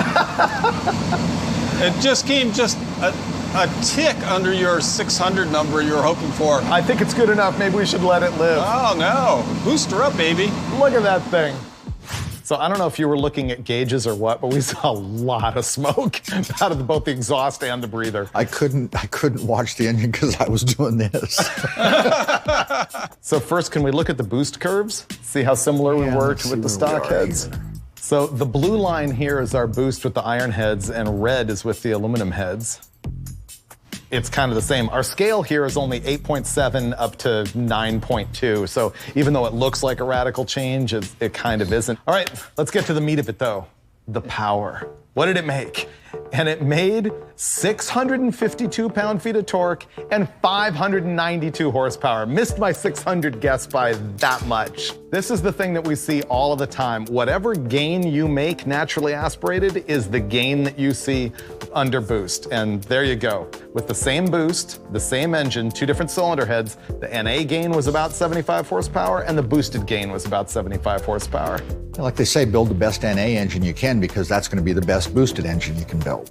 Yep, I think that demonstrates that once again. What do you think, Dolchek? I think, are you guys going to address the elephant in the room here? Oh, no. I mean, seriously, we're at 592 horsepower. If you had 8 more, even Brule wants to fix it. Yeah. Have you ever seen Steve want to turn up the boost before, ever? He doesn't care about this motor because he thinks it's a turkey. But When Troy was in the cell helping us earlier, I told him to move away from the side of the engine. Just make sure nothing hit him. All right, I want to see your best impersonation of a millennial. Go in there and turn the knob. I can do it.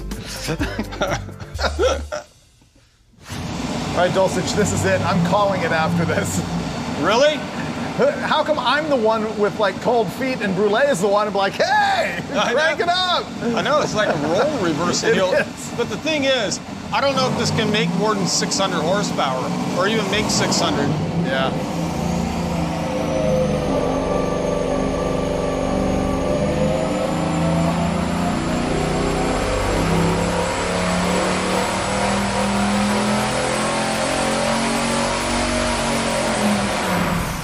Piston rings are done.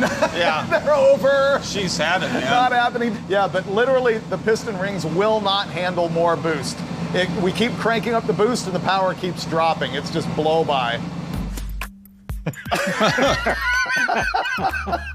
That thing's had it, guys. We have fun though. Did you see the torque number on that last I poll? did. Let's I have a did. look at it. 694.3 pound-feet of torque. And this is all at like, 3,600 RPM or something like that. Up top, it only made 589. Literally, we keep cranking boost into it. That number keeps dropping up there. This thing is happy at basically 9 pounds, making 590 horsepower and 650 pound-feet. That's the comfort zone of our turd of a 440. Like Brule was saying, a set of rings, and maybe that gets a whole lot better. By the time I've got the bottom end apart for a set of rings, yeah, I'm putting it together the right way. That makes sense. That's kind of the point. We learned a lot here. So now with a fresh engine, then you kind of know where you're at already. Yeah. So we did see that turbos definitely make power. Well, and we also saw, once again, that NA power gains with the cylinder heads add right up to turbo power gains with the cylinder heads. At the same boost level, it makes the same increase. Cool. Yeah. Ready to wrap it up? I am. We can talk about you behind your back. That's what's going to happen right now. All right. What's new? What's new?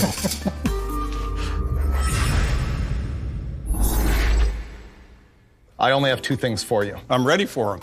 One of them, I'm not going to even believe your answer because I know that you're just going to go straight to the Faith and Ma Mopar. What is the longevity of this short block? Oh, take that much boost all day long. Are you kidding? Look, this thing's pretty worn out, and we hammered it with 9 or 10 pounds of boost, and it's no worse. You really believe that the main caps and the rods are going to take that over and over and over and over? The internet says the turbos are a lot easier on the bottom end at any given horsepower level, and I believe it. But at main caps, why do they make girdles and everything for the Mopars if they can actually just hang? Just for extra peace of mind and sell parts. All right? Okay, well, I'll give you this. We know that 440s survive at 600 horsepower and beyond all day long. I don't know about the 700 pound-feet of torque down at lower RPM. That's my concern. I got to give you that one. Yeah. I'm not 100% comfortable there either. So I guess question 1, undecided. But we could find out. Question 2, should we reveal to the audience what we hope to do with this monstrosity? Oh, I would not want to leave them hanging. Our hope is that we will be able to take this very motorhome 440 and throw it in a car on Roadkill Garage. Will it happen? Well, that's question number 3, and we'll never really know. But that's our scheme. We will see you next time on Engine Masters. This is going to be a very special episode of Engine Masters. Kind of like the Brady Bunch Goes to Hawaii, but a different kind of vacation. Because I'm going to do my best to put you in our shoes to see what it's like to go behind the scenes for a day at the dyno here at West Tech Performance Group in Mira Loma, California. What we're going to do is show you how you would show up with your engine prepared, why you would want to come to the dyno with your engine to begin with, how you hang it on the dyno. We're going to show you how the dyno works, look at how we break in an engine, how we tune it up, and of course, how to judge whether the engine is any good or not. All of that this time on Engine Masters. Now, let me tell you about this lovely engine that is going to be the victim of this episode. This is the COVID 350. You've probably seen it on my social media. You may have even seen it on an episode of Roadkill where we did sort of a working from home deal with me and Finnegan, and I assembled this out of parts that were literally left over in my garage, which I know looks really greedy, but this represents 30 years of hoarding parts. Let me tell you what it's all about. First of all, it's a 355 cubic inch small block Chevy, very standard stuff. It's just got a stock cast crank, H-beam rods, forged pistons. It is 11 1/4 to 1 compression, which makes it pretty good. And it allowed me to do things like install a big solid roller cam. It's a Comp Cam's off-the-shelf unit. The duration at 50 is 242, 248. I've got rocker arms on it with a 1.65 to 1 ratio for 600 lift, which makes it good because you can walk around going, I got 600 lift. Now, the cylinder heads you should recognize because they've been on that 383 small block that you've seen on a cajillion episodes of Engine Masters. They're the Blueprint Engines 210cc CNC ported heads. Up top, Holley 850 double pumper that just really stabbed my hand on that vent. That really hurt. And I've got an Edelbrock Super Victor intake manifold on it, MSD ignition. We've already got the dyno headers on this thing, and it is mounted to the dyno cart. And we've got the special flywheel installed, which I will show you once we get inside the room and take you behind the scenes on this dyno test. Let me get this thing out of here. One of the things you got to pay attention to is not knocking the engine off the cart, because right now it's not actually attached at the back.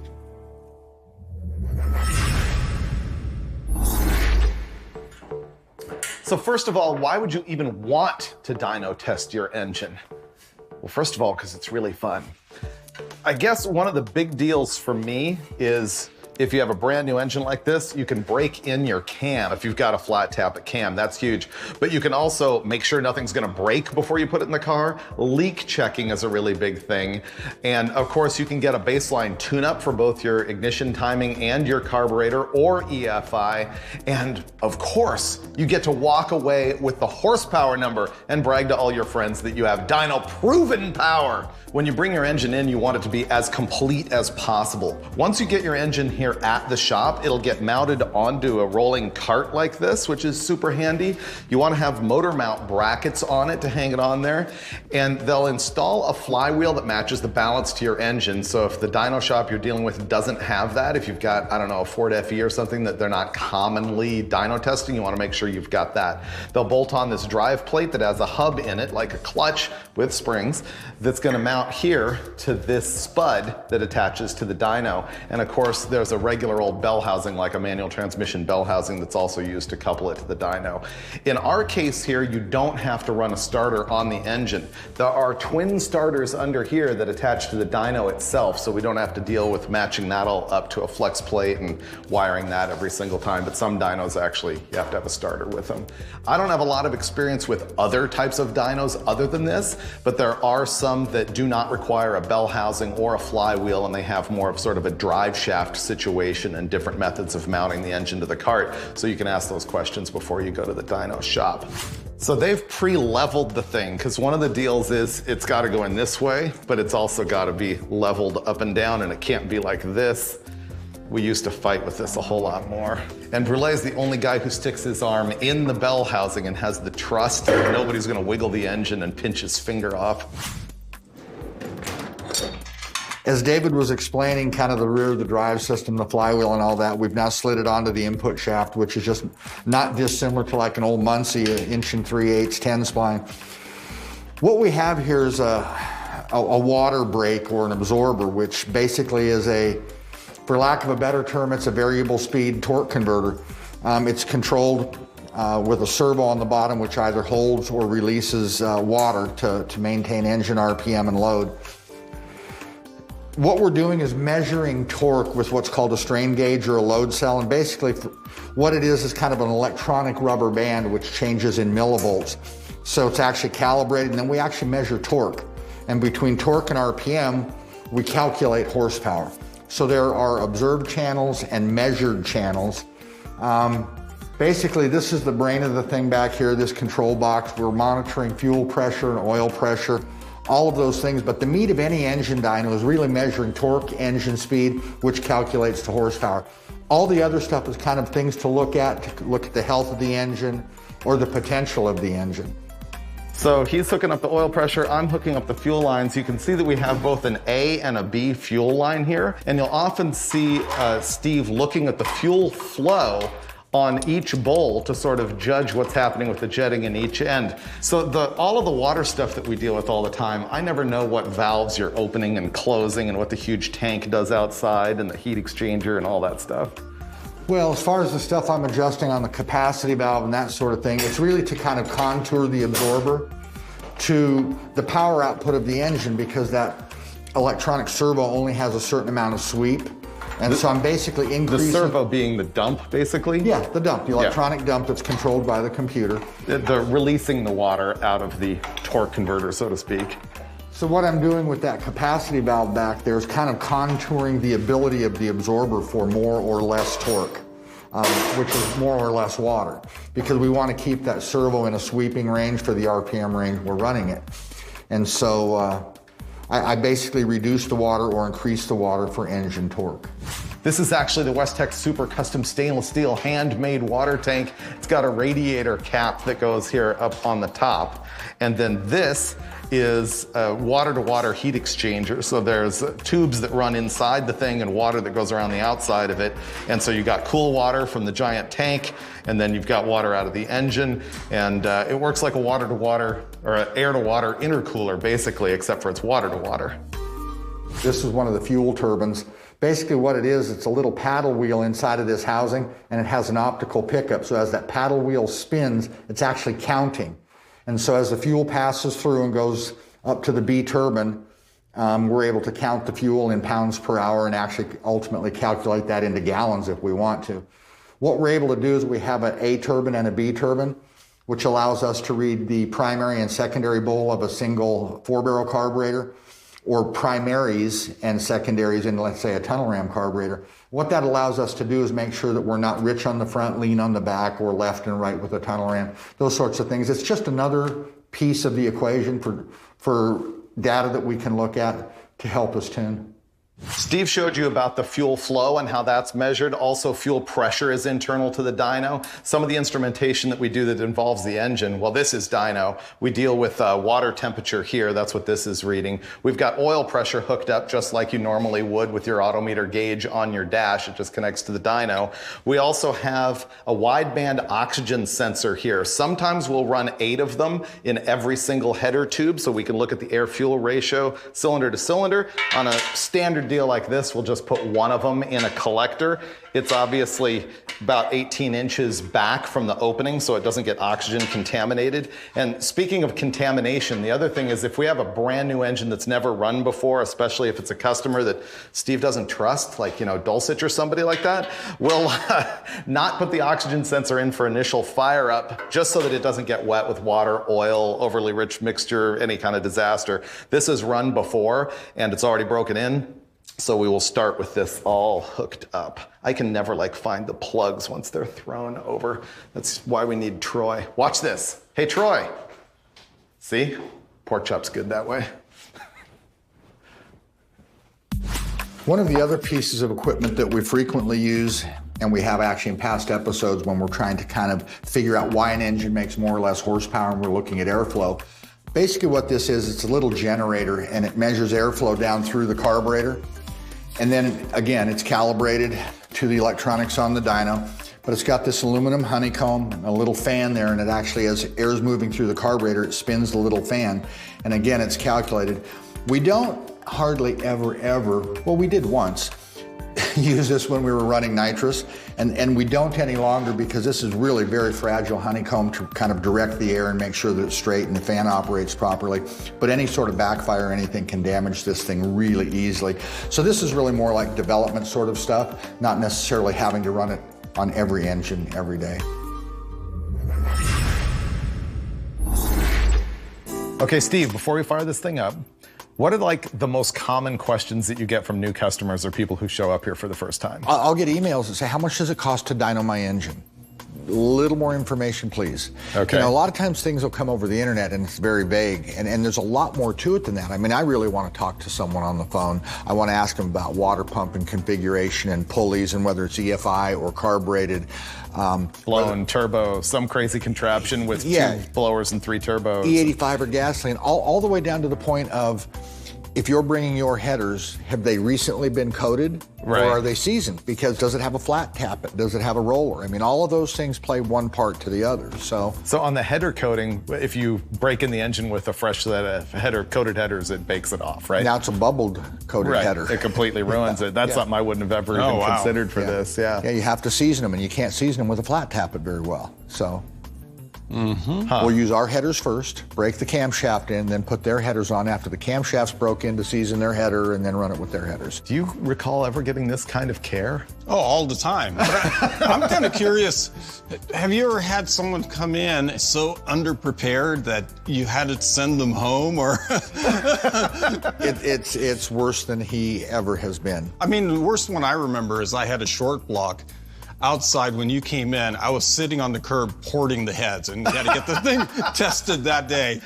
Okay, so you want to walk us through what you would be doing for an initial break-in thing? You want to go start it and show what Troy's going to work on and et cetera? Sure, absolutely. Walk us through as if we're ignorant because, as you know, well, we're not. Troy's out in the cell, which he normally is on startup, and we're going to check for any sort of fuel leaks initially. We're going to crank it for oil pressure before we start it. We're just going to check some real basic stuff. And then upon startup, he's going to do a walk around and inspection. He's got a heat gun in his hand, so he can go ahead and check and make sure we've got temperature in all 8 cylinders.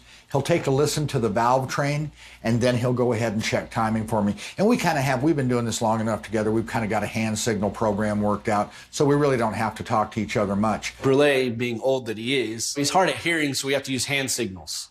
So what's going to happen is when Steve is in there and getting ready to fire it up, I will be ready with the temp gun and check the temperature of each cylinder and make sure they're all firing right. This engine happens to have a solid roller camshaft, so my typical procedure would be to just start it up, make sure that we have base timing set. I'm going to warm it up to kind of test temperature, and then we're going to shut it off, and I'm going to go out and relash the valves after initial startup, just so I'm comfortable with that. Once we come back in, I'll run it through a break-in cycle, and then we'll start along our test procedure. So I can show you what some of that stuff looks like.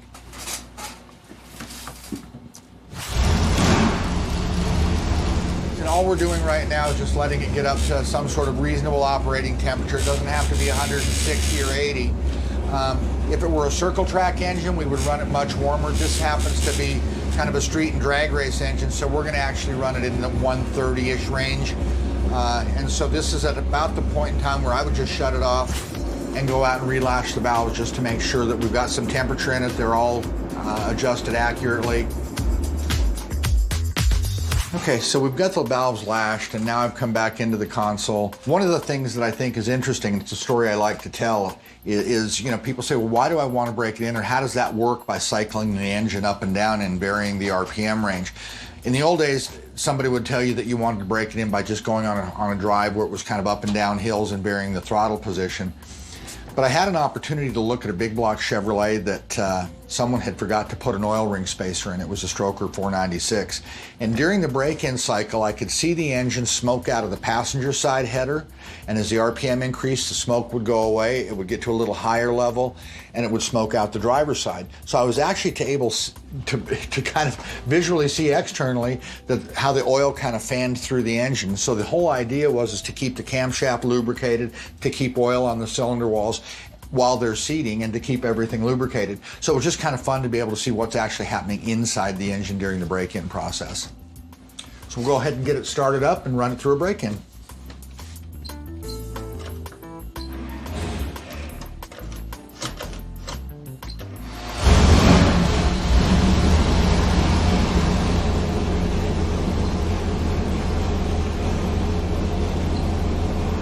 Just gently bump it up to 3,100, and it's going to cycle it from 31 down to 27, back up to 31.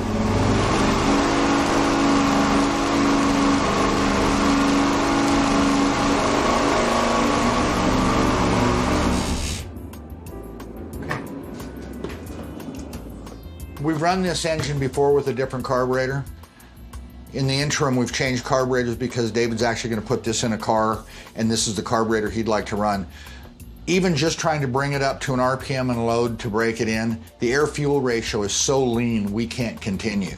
And that's part of why you take things in small steps. We're going to have to go out and address the carburetor issue a bit and upjet the primary circuit on the carburetor just to get the thing to cruise smoothly and to be able to run through the break-in process. This has a 72 jet in it. Typically I see 80 to 82 jets in these.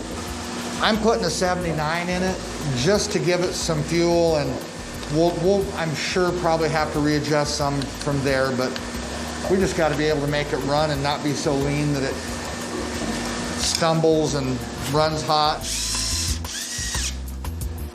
Another thing that can make it lean like that is a really radical vacuum leak, which, by the way, on the dyno doesn't seem to matter at wide open throttle at all, but it'll affect like the drivability and the idle and stuff like that. So as soon as we ran out here, I started to look and see if the carburetor was missing any plugs. The one in the back was cracked, so is this one in the front.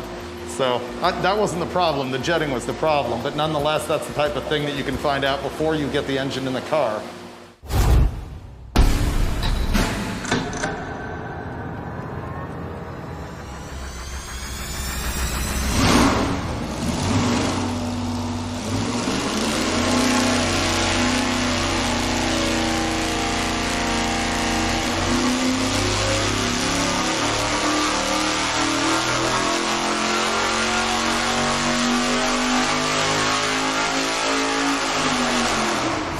we got one full pull under our belt now. We ran it from 35 to 6,500. I can tell you that the engine's healthy.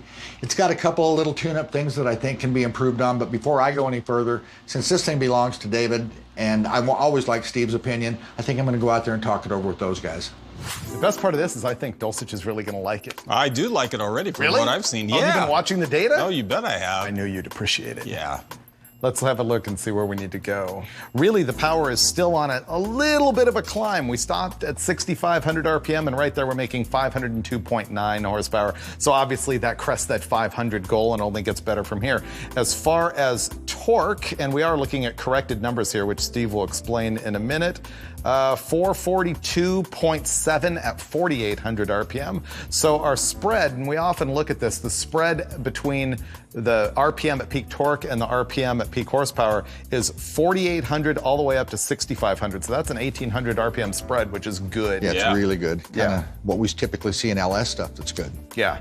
No, we really like to see that because it basically means the package is working. Yeah. It's not very what we would call peaky. Like if you saw the spread from 5,800 to 6,500, that's an engine that's only operating in that range, whereas this thing's fairly happy throughout the entire curve. Yeah, it's a beautiful curve. Yeah. This is kind of almost an ideal situation when I look at an initial break-in and some testing.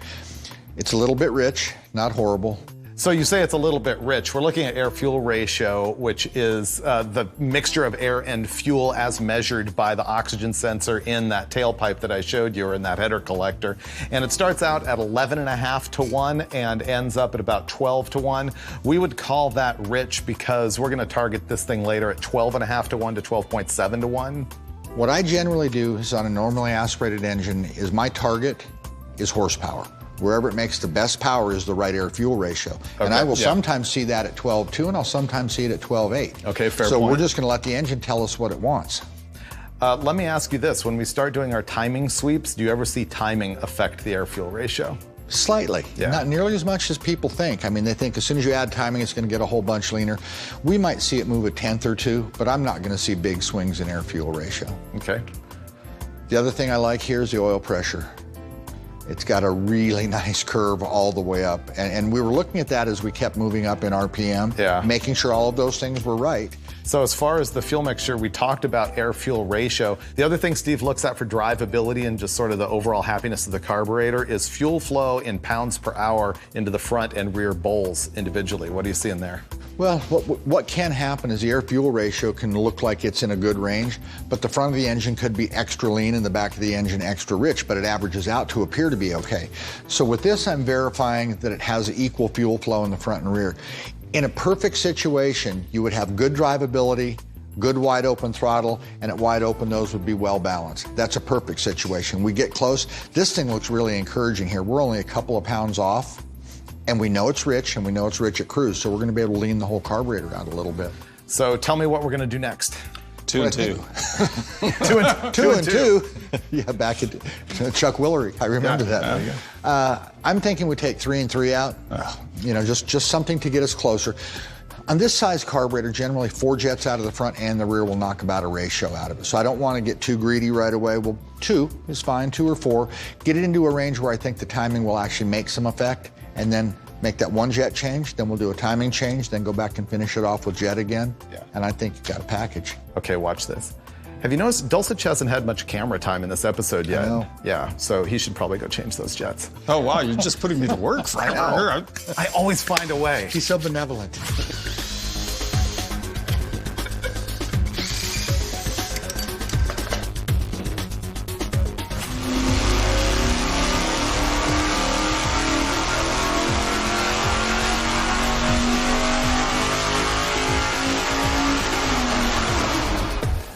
Well, as it turns out, the air-fuel ratio numbers appear to look like they're in a better spot, but it actually lost about 4 or 5 horsepower. So, like we had talked about earlier, is we kind of just let the engine tell us what it wants, and sometimes they want to be richer. So we're going to go back to the jetting, so it's very similar to what it was, richen it up just a little bit, and then go ahead and chase the timing.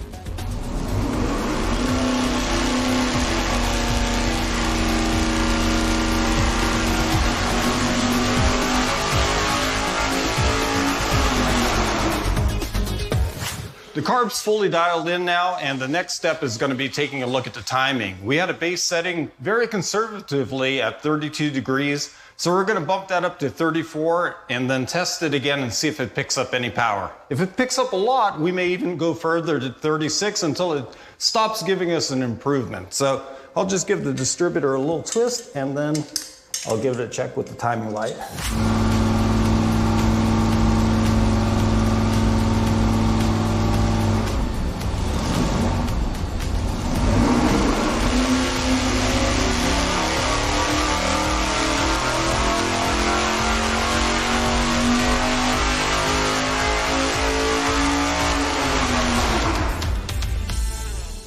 Now we're ready to look at some data. To review, we ended up first dialing in our fuel curve and then going to the ignition timing. So let's look at what we learned there. So this is actually after changing the primary jet because it wouldn't even run to break it in. Right, fair point. So we added some fuel there. So we were a little closer than it may have been, but we couldn't run it the way it was. And so that's what we had there. Okay, so let's compare that with what we ended up with our fuel curve. And I will say our jet changes on this thing were, after that initial step where it was way too lean, we were talking tiny. We never change one jet number at a time in a Holly, like for example, from 72 to 73, but we did that today, which was kind of dumb, but it worked. Okay. There you go. Big difference just from a couple of jet numbers right there. So that's one of the reasons why you want to come to the dyno. You've now got a baseline. I have found that when you take the engine off the dyno and put it in a car, you don't necessarily get the same results. It's not going to track the same air-fuel ratio numbers because of underhood heat, what you've got for an air cleaner, Exhaust. scoop, exhaust. Yeah, when you put an exhaust system on it, it tends to like richen it up, all those things. But it gives you a point to start from. Yeah, and it depends on the application too. I mean, when we do some of the drag boat stuff, it comes off the dyno, goes in and never gets touched, and they're pretty much spot on. But again, they have the same fresh air, open headers. It's a much more similar situation. So anytime you change other components, mufflers, exhaust system under the hood temp, air filters, air cleaners, that type of thing, it's going to change some of the results. So now let's just look at our best curve after we adjusted the fuel and compare that with the timing that we were messing around with. And we did end up changing the timing from an observed 30 degrees to 32 to 35 and even 36. And it was really insensitive above 32 degrees. At 30 degrees, man, it threw away power. I've never seen 2 degrees make that kind of a change. As a matter of fact, I think because Troy initially set it up and then you were looking at it, I think it was a different parallax on the light and comparing the mark in a different place. I suspect that we probably were looking at it a little differently because I got it right and Troy did his best. Well, that's one reason why often we have a rule here. If it's your engine, you set the timing so that you can repeat it in the car. We didn't do that this time. Yeah. Although, you know, my crew chief here probably will be dealing with that engine if it ever gets in the car, so we're good. But anyway, we found the optimal timing for it, which is an indicated 34. Right. Okay, and how did that look? Not a whole lot different. As a matter of fact, it's down just a little bit right here, just from variance from test to test. But Freiberger, I have to confess, I honestly think that's the difference between 34 and 35 degrees. Yeah, so 1 degree difference. And it's virtually an overlay. That's within dyno variation, if you ask me. Which is really another point, I think. If you go to a dyno shop and they run the thing a few times and they can't overlay a curve like this, there's a problem going on. That's one of the things that makes Steve great is he's like paying attention to not just the coolant temperature, but in his head, he's also thinking about the combustion chamber temperature, because you can have the same coolant temperature whether you just rushed a bunch of water into the engine and the chambers are still hot, or whether the thing's actually settled. And his dyno brain has got that sort of dialed in. Well, it just kind of turns into muscle memory after this long, but you've seen me do it. Let the engine idle for a while so the combustion chamber temperature drops, even though the water temperature still reads the same. The combustion chamber temperature is lower, and it'll make more power. Yeah. So you can play little games like that, and we try really hard not to, because we want it. We want every test to be a comparison. We don't want to just have random numbers. I love the engine dyno because it's so much easier to do that with the equipment we have than it is on a chassis dyno when you have even more variations. And finally, the punchline we all want to know when we go to the dyno, which is what is our peak power numbers? And the COVID 350 barely breaks into that 500 that everyone wants to see. It's 501.9 horsepower at 6,500 RPM. And by the way, in previous tests, we ran this thing all the way out to 7, and it carries very nicely. And once again, the spread between peak torque and peak horsepower is huge. At 4,700 RPM, we made 447.7 pound-feet of torque. So now, you may heap the praise. Now, I understand these days 500 horsepower is no big deal, but what we do to look at an engine and decide if it's good or bad is more than just the peak power number, because a 500 horsepower 540 big block Chevy is worthless. A 500 horsepower 355 Chevy on pump gas is pretty good. So let's talk about how we decide that. Well, I mean, for me, the number to look at is always specific torque, and that's because the torque that you produce per cubic inch just falls in a narrow range, and you can judge if you're on the upper end of that range, man, you're doing pretty good. If you're on the lower end, then not so much. So where are you at, Freiberger? So what he's talking about is pound-feet of torque per cubic inch, specific output. It is 1.26 on this engine. Okay, that's a very respectable number for a pump gas engine for sure. Wouldn't you think, Brule? No, absolutely. Kind of the number I use in my head a lot, and because I have seen a lot of engines kind of end up there that were good. And on an average, I would say some of the best pump gas stuff that's a true street engine, 10 1/4, 10 1/2 to 1 with a really good cylinder head and a hydraulic roller camshaft, they end up, kind of a target for me is 1.25. Okay. Yeah. I see a lot of iron-headed stuff down at 1.15, some pretty decent stuff, 1.2. So at 1.26, that's a Pretty really good number for pump gas. And the specific horsepower output, horsepower per cubic inch, is 1.4, 1.41. Also pretty good for something like this. Absolutely. All right, well, that was a lot of really technical gobbledygook, but I hope you realize on every episode how much fun we have going through it and sort of nitpicking it and discovering why power is great and what engines are good and what engines are bad. And on that note, I'm not satisfied yet with you guys having told me that this is a great engine. I'd like a little bit more. Okay. If you could just sort of feed it in. No, it's not Very that good. awesome, but it actually came out pretty good. It's a fairly good street 355. There's no question it turned out really well. I can remember being in high school or my earlier years, you didn't go to the dyno, you couldn't afford it at the time. There weren't that many dynos around, as a matter of fact, but if you're an engine geek and you want to improve your game, the dyno is where you do it, because you have all this data. You could get all that feedback. Oh, is that working? Is that making it better or worse? You get dyno brain Brule and your buddies there. And, like the dyno is probably one of my favorite things. So. Well, it is me too. You just made it sound so fun. Oh, All we it is. really need is beer. Can we work that out next time? There's some in the fridge right Oh, that'd now. be fantastic. I'm All on my right, way. we're out for that.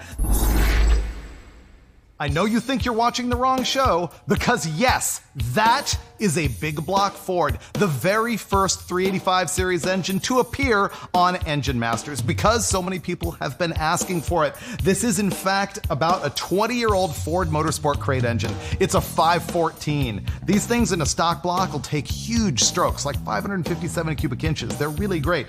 This crate engine has the Super Cobra Jet heads, and the only deviation from stock on this thing is the Comp Cam solid roller camshaft. It's an XE286R, and it does have an Edelbrock Victor intake manifold. So this thing is stout. It's good for like 650 pound-feet, 625 horsepower, something like that. And this is another thing that the audience has demanded over and over and over, and that I've resisted. It is a test of ignitions. Here's how it's gonna work.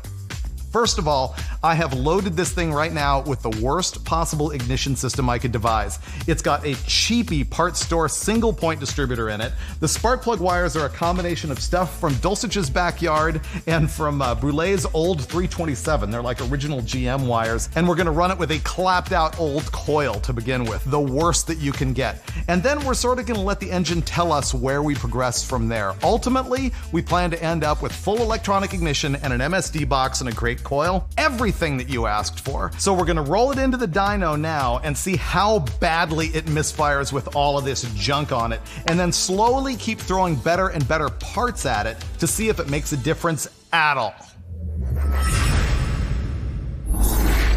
So probably only the old guys are going to remember this. This is a tachometer, volt-ohm dwell meter. I think I bought this in 1971 or 2. It was actually in an era where I got the original instructions, and there's actually a supplement to this for electronic ignitions. They were so new then, but we have a chance to use it on this. So we're going to check the dwell. Should be 28 to 32. Steve's going to crank it. We can see it right here. So the dwell's basically telling you how long the points are closed. Yes, and how long the coil has a chance to recharge. And then when the points open up, then it discharges the coil. Yeah, and it's a measurement of degrees. Okay, you want me to hit it? Yeah.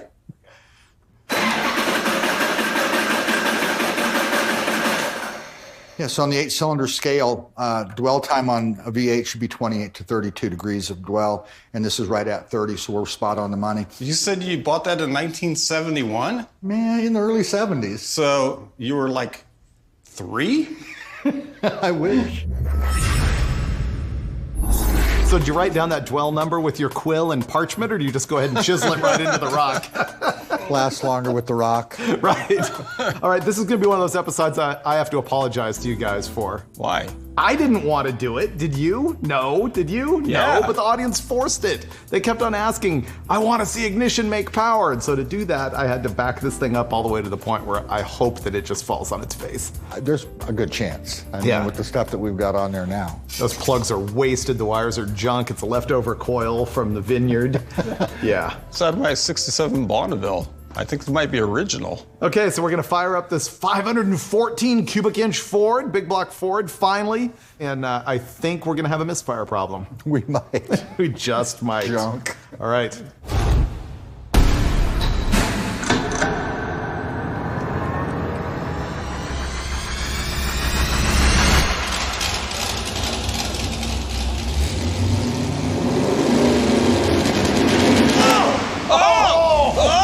Did you see that? That's the worst. I've never seen that. I don't know if we're gonna be able to run it at all.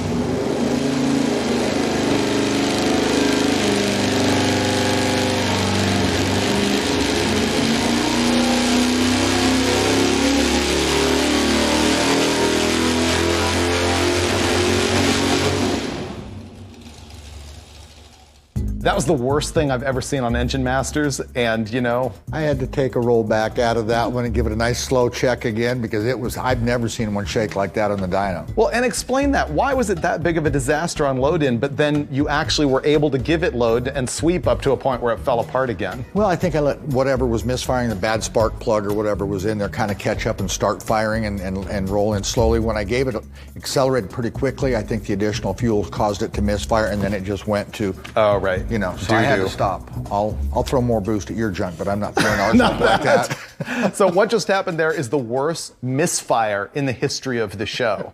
And so let's look at just how bad the power curve is when you do something like that. Wow.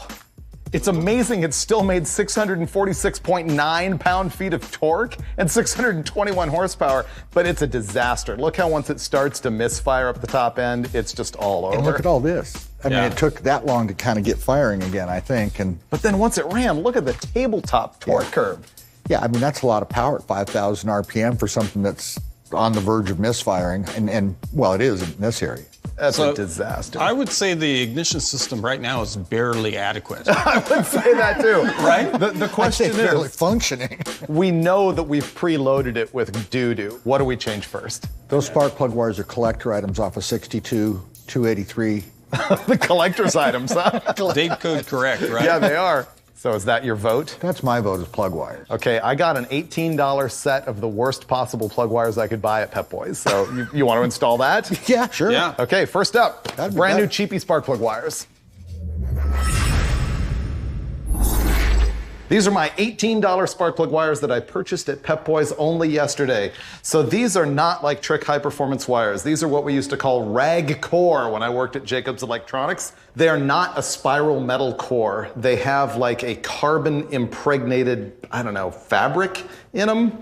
And they don't last that long and they're super cheap, but I have a feeling they're gonna solve quite a bit of our misfire problem. I'll put them there, go get my mask, and by the time I come back, hopefully those guys will have installed them.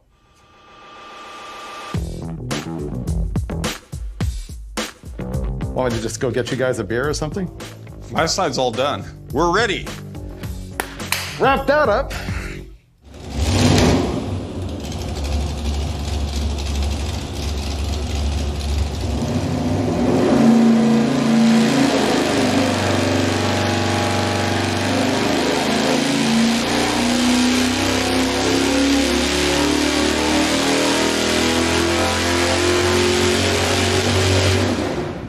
We're about to look at the data. Basically, the first time we ran it, it was a disaster. We put spark plug wires on it. We improved a lot of low-end power, but we're having trouble keeping the coolant temperature consistent because of the mechanical water pump, so we're going to have to run it hotter than normal. So we've now re-baselined it at the hotter temperature. This will be the baseline that we will judge the rest of the tests in the episode from. Let's look how different it is, actually. Yeah, that's the difference between hot water temperature and cold water temperature. Obviously, cooler is the red line, making more power. Hotter is the black line, making less power. The black line's our new baseline. You can see that we solved the low-end misfire problem. We're still having a disaster up at the top end. Let me give you our new baseline power numbers. So what's really interesting now is that our torque peak is 635.1 pound-feet. The curve is just so flat that it's all the way out there at like 48 or 4,900 RPM, really high, and very close to the horsepower peak of 611.7 horsepower, which is happening right at the point where the thing falls apart and is having a big misfire problem. So the power points here, like the RPM at the peak, is sort of misleading information because of the misfire problem and because of the shape of this super flat torque curve. Yeah, we would typically expect to see peak power happen 1,000, 1,200, 1,300 RPM after peak torque, and that's not happening. It's only about 300 right now, so we have a chance when we fix that up. I feel obligated as our next fix to do spark plugs because we know they're so fouled. Yeah, they're fouled. I know you don't think it's spark plugs creating the problem, and I'll buy that, but I feel... You can read my mind, we're Freiberger. Morally obligated to change the spark plugs. We want to have good parts in here so, you know, we can rule that out of it completely and then see if upgraded components are going to help this thing with the ignition. All right, let me grab some new plugs. Basically, these days on something like this, I'll look at the plug, and if a gap is there, it's fine. If you have a turbo or a heavy boost deal these days, you definitely want to close the stuff down to like, 22, 25, sometimes less.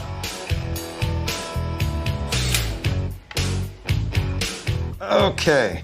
Oh, these wires don't like to clip on. There you go. All right, we changed our plugs. They weren't as dirty as I hoped. They cleaned up in that engine, but now we have a brand new set of cheap, made in China, Autolite spark plugs in there. That's gonna be big power, bro! Let's go.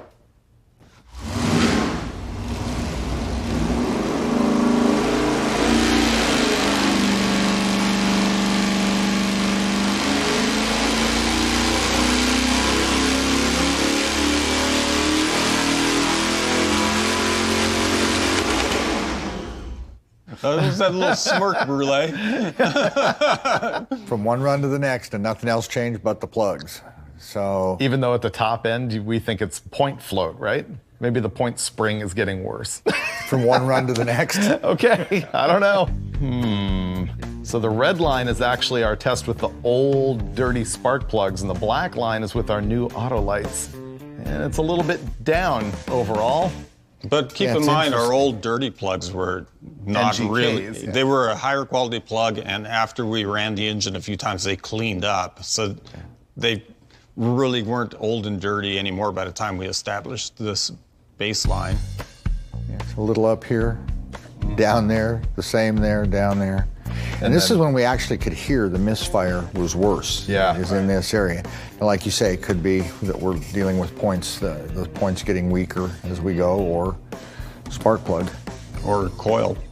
Should we change the coil before we mess with the points? Sure. Yeah, okay.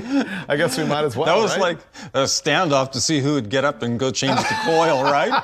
That's what that was. Well, I know. Go ahead. I guess I'll take the lead. So your idea, he gets to Your go. agreement is wrenching. It's perfect.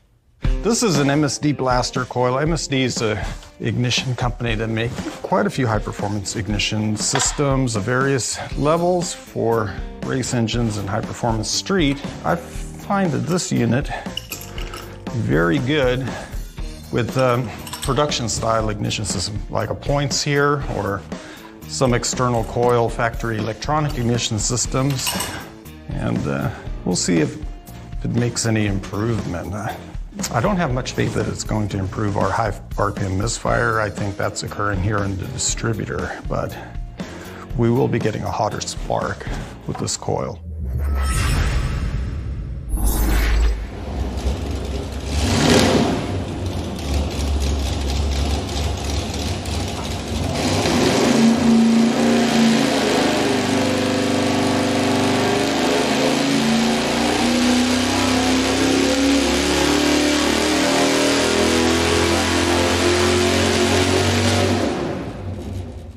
We should probably look at curves, but I think at this point we can say nothing we've done has made any difference whatsoever. It's still a mess. No, it comes down to the distributor, which we kind of suspected. Yeah, and we can be confident that it's not the other parts in the ignition system that's causing the misfire. Yeah. So what we've really showed everyone is that we don't know how to diagnose a problem. We just are parts changers. Yeah. Even though we said from the get-go that the distributor is probably floating the points. Here's what's really going on right now. Throughout this testing, at the very high end, you've heard this engine misfiring horribly. And from the very first time it did that, both of these guys claimed the points are floating, which means the points inside the distributor are what open and close in order to send spark to each cylinder, and they ride on an 8-lobed little camshaft in there. And if the spring that holds them closed is not working properly, basically they'll float like a valve spring. They'll lose control and it'll send spark at the wrong time. And that's probably what's going on here. And so we need to fix that before we keep our testing going on. So let's admit that for whatever reason, the points are junk at this point. I think the other problem that we have is that we know that the timing curve in this points distributor is slow. It's a little lazy. We looked at it with a gun, and you can see that all of the timing lead is not in until 4,500 RPM. So while normally we don't worry about an ignition timing curve on the dyno at all, because typically a performance curve would have all of the ignition lead in by 3,000 RPM, this one is slow enough that it's not all in until 4,500 RPM. So if we make a distributor change, we're going to see a difference in the power curve just from the ignition timing. Yeah, potentially at the bottom, but I mean, these distributors are not easy to get to change, the curve or to even get to the springs so that it comes in faster. I think it's fair to say that this distributor was designed for some sort of Ford-powered motorhome or pickup truck, and that's what you want there is, the curve to come in late at 4,500. So basically what he just said is, we're going to make two changes at once, which is switch to electronic ignition, and it's going to change the timing curve at the same time. So we're going to expect to see a little bit of a different shape of the power curve down below 4,500 RPM. Anything above that, we're going to credit towards not having ignition points, right? Yeah. Okay, so we're going to go with electronic ignition. Are you guys down with putting in an MSD distributor and trying to fire it with a Chrysler box so that we don't have an MSD multi-strike box on it? I think those Chrysler boxes are pretty good, actually. Okay. So electronic ignition, here we come. All right, out with the points distributor. The MSD distributor is going to have different plug connections here. We might end up having to change wires at the same time. It'll be kind of a big swap. We're going to change the timing and the triggering method and the spark plug wires all at the same time. Scientific testing, out the door.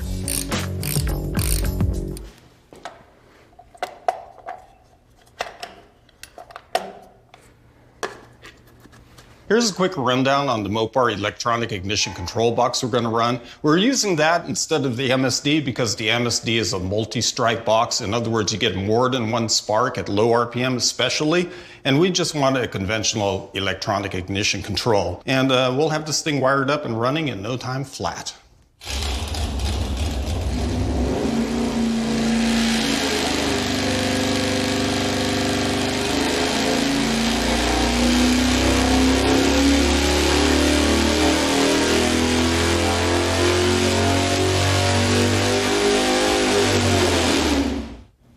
We made it Ford tough with Mopar stuff. I'm happy again because it works. I know. I was done with that misfiring. Yeah, me too. I was just getting to the point where it was just, you can only take that so long. What kind of power are we making now? Wow. Okay, we finally have an engine here. We made 636.9 pound-feet of torque and 626.4 horsepower. We're obviously not having the problem with misfire clear up at the top end. Finally.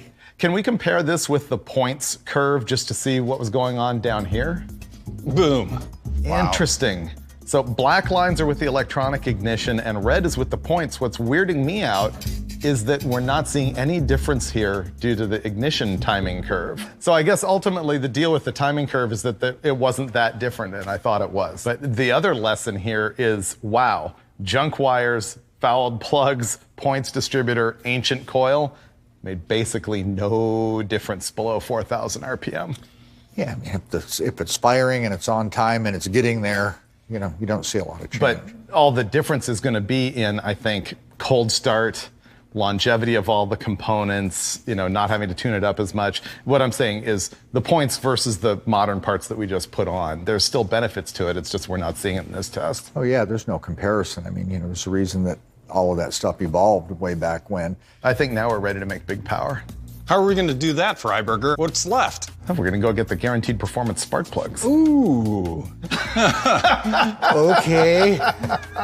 Okie dokie. So next thing I want to do before we actually put an MSD multi-strike box on it is try some of the spark plugs that are advertised to make more power.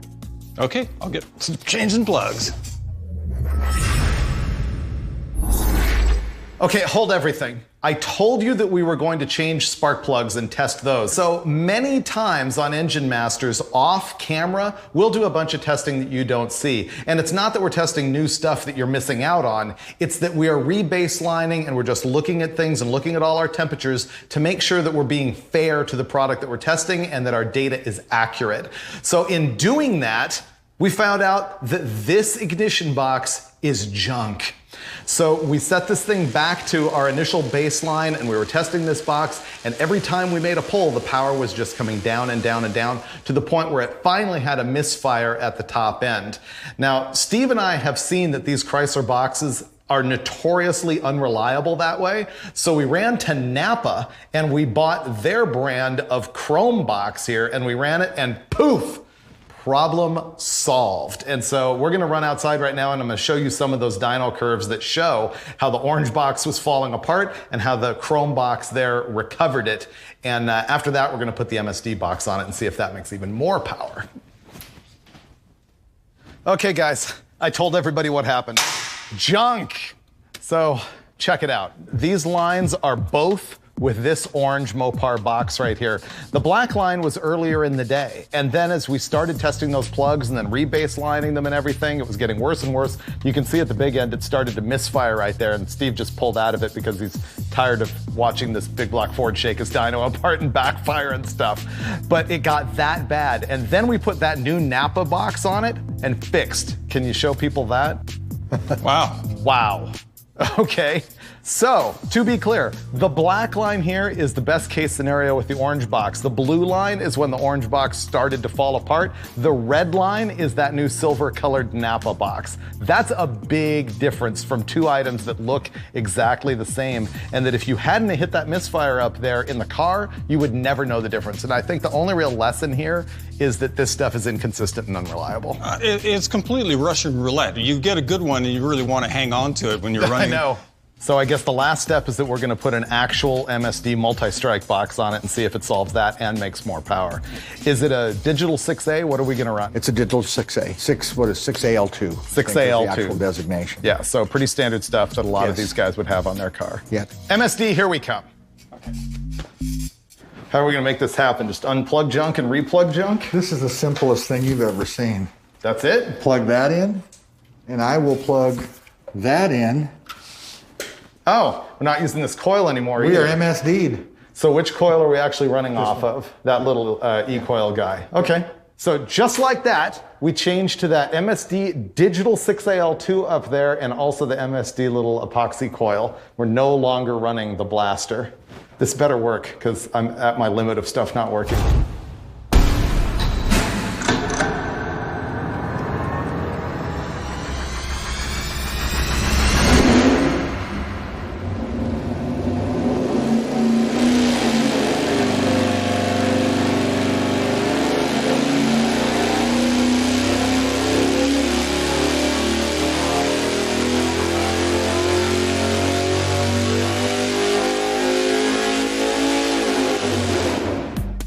What a relief.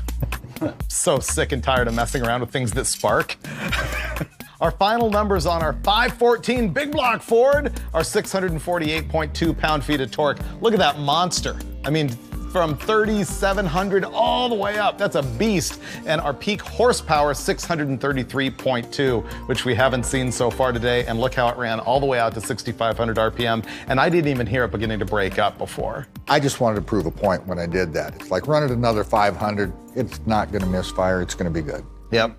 Okay, what should we compare this to? I don't think it's fair to compare to the first test when we just had radical misfire with those spark plug wires. No, not at all. But let's go down to the good Autolite spark plugs, the $18 spark plug wires, and the points ignition, just to see how far we've come. That will be a comparison of brand new good parts to brand new good parts. Right. Just brand new junk good parts to brand new good parts. This would be the wires and the points ignition with the original coil. Let's see. Wow, that's a big deal right there. It just shut off. Yeah. Basically. Yeah, I remember that. It was jumping off the dyno. I hated it. Wow.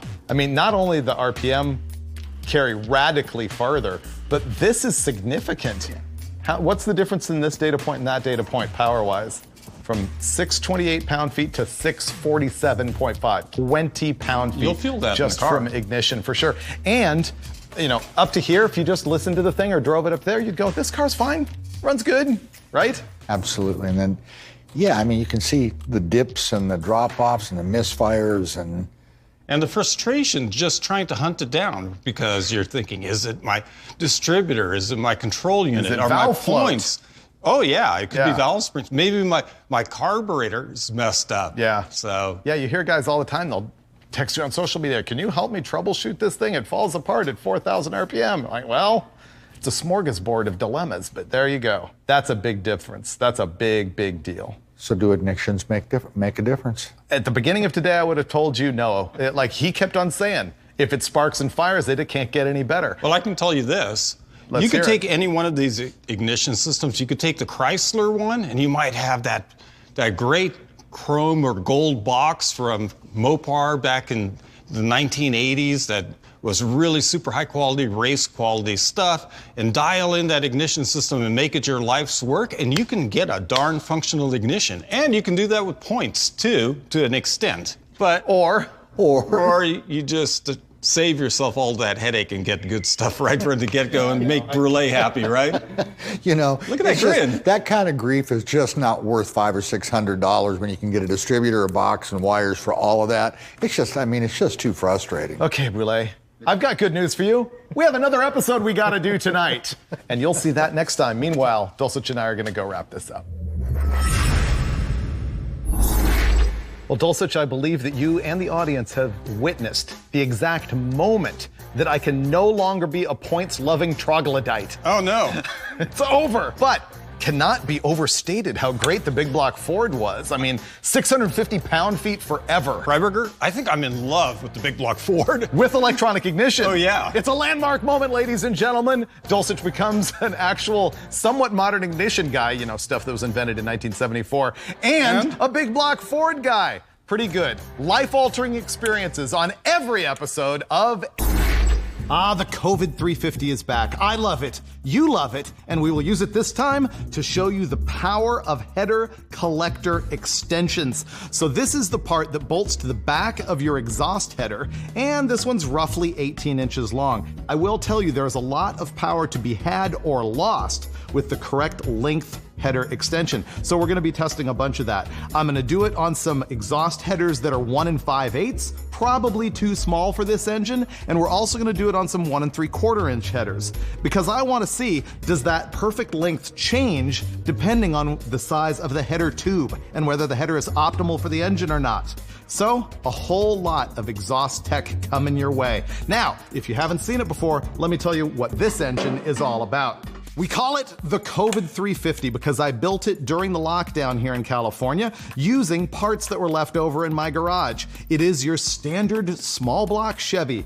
It is a 355 cubic inch small block Chevy, stock stroke, 30 thousandths overbore. The short block includes stock cast crank, 2-bolt mains, H-beam rods, forged pistons. It has 11 1/4 to 1 compression, which is what makes it great. It's got a big cam in it, a comp solid roller, 242, 248 at 50. With the rockers on here, it's got 600 lift. It has a Holley 850 carb. It has an Edelbrock Super Victor intake manifold and a Trick Moroso oil pan. Now, in the past, this has made as much as 500 horsepower, but I guarantee you we will be killing that power with this tiny set of headers on here, which we're gonna run first before we go into some collector length adjustments to either make or break some horsepower.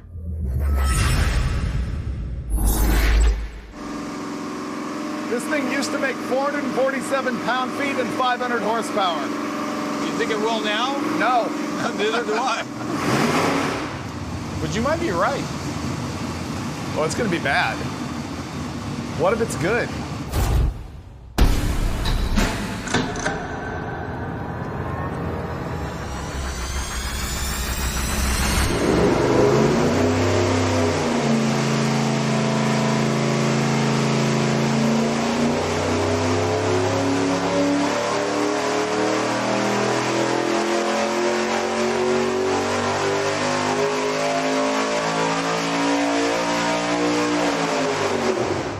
So here's the good news, bad news. The good news is our old configuration making 500 horsepower, 447 pound-feet, and then the red lines here are the smaller header with no collector extension whatsoever. So our power peaks with the small header and no collector are actually 442.6 pound-feet of torque at 5,000 RPM, and we made 485.9 horsepower at 6,600. I'm interested about how it meets in the middle. I thought that it would be way more worse at the bottom than at the top. Well, the difference in peak torque's not that much if you look at it. And, yeah, right there. Yeah, and that's right where they get the closest. But right at the bottom of the pull, like out of the hole on drag strip kind of application, I bet you there's 50 foot-pounds there or more. Yeah, at 4,000 RPM, what's the difference? 40 pound-feet. Yeah, 40 pound-feet right 40. at the hit. Yeah, so that's a disaster. Yeah, so next step, let's bolt a 3-inch collector extension on it that's about this long. Okay. Troy made me a custom one, because normally they come 18 inches. Yeah, it's kind of and standard. so, who knows? All right, Let's try it. Let's go. Here we go. When you go to the drag strip, often it's cool to like uncork your headers, and people will do it just by disconnecting the flange right at the end of the header.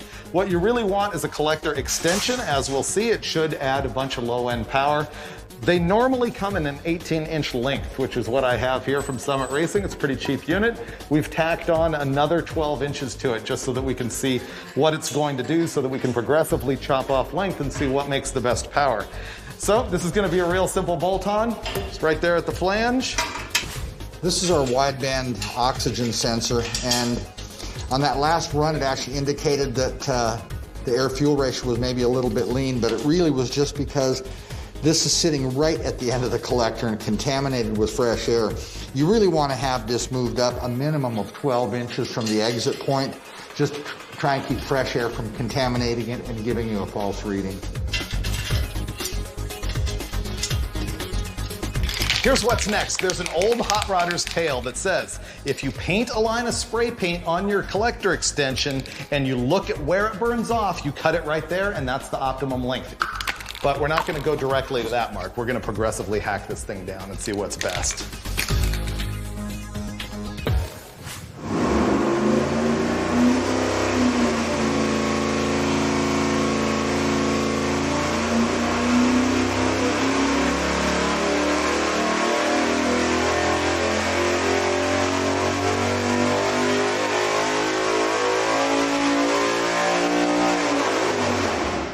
Well, the 30-inch collector extension would appear to have made this a whole new motor, but we haven't really looked at the data yet. Oh, snap. Yeah. Okay, this is why you run collector extensions. Look at the difference in torque down here. The black line is going to be what we just did with the collector extension. Red line is a no collector extension at all, and that is a lot of meat of torque. It actually, you know, did better up at the top in a certain range also. The whoop-de-doo is strange. Yeah, it's that whole wave tuning and what it does in different spots. But it really pumped it up right around peak horsepower. Oh, Yeah. right there, yeah. Yeah, right up in here.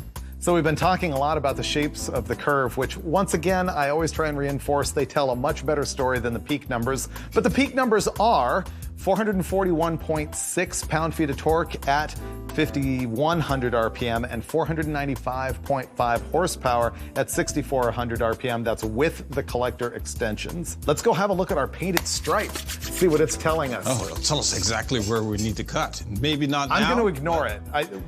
Well, let's go in there and have a look. Yeah. Let me get my tape measure.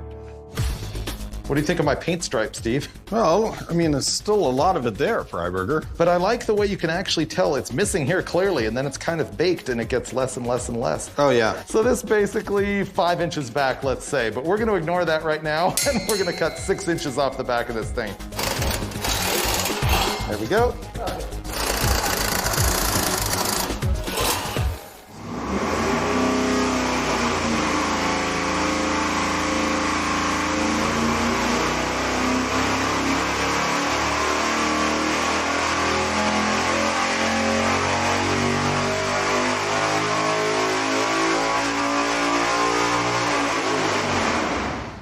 Here we go. Now a 24-inch collector length extension in black and our old 30 inchers in red. You can see that we lost just a tiny, tiny little bit down here, gained here, and otherwise it's a wash. Right now we still believe that either 24 or 30 is better than no collector extension at all. Yes, absolutely. Yes. Yeah. I know this is going to be hard for you, Steve, but we're going to take another 6 inches. What? Not even sure what that means. I didn't get it either. Next up, 18 inches.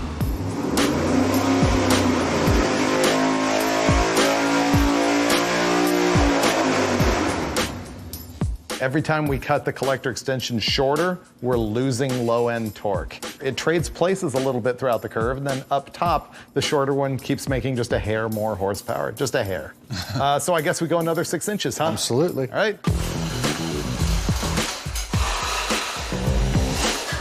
Now we've got these at 12 inches overall, but look at my spray paint story here. It's actually creeping that way. Remember when I first started, it was at 5 inches, and it's now basically at 8. So the question is, how reliable is that? And also, I think you can already see that the trend of the paint burn is not working out well. Let's go dyno test it with 12-inch extensions.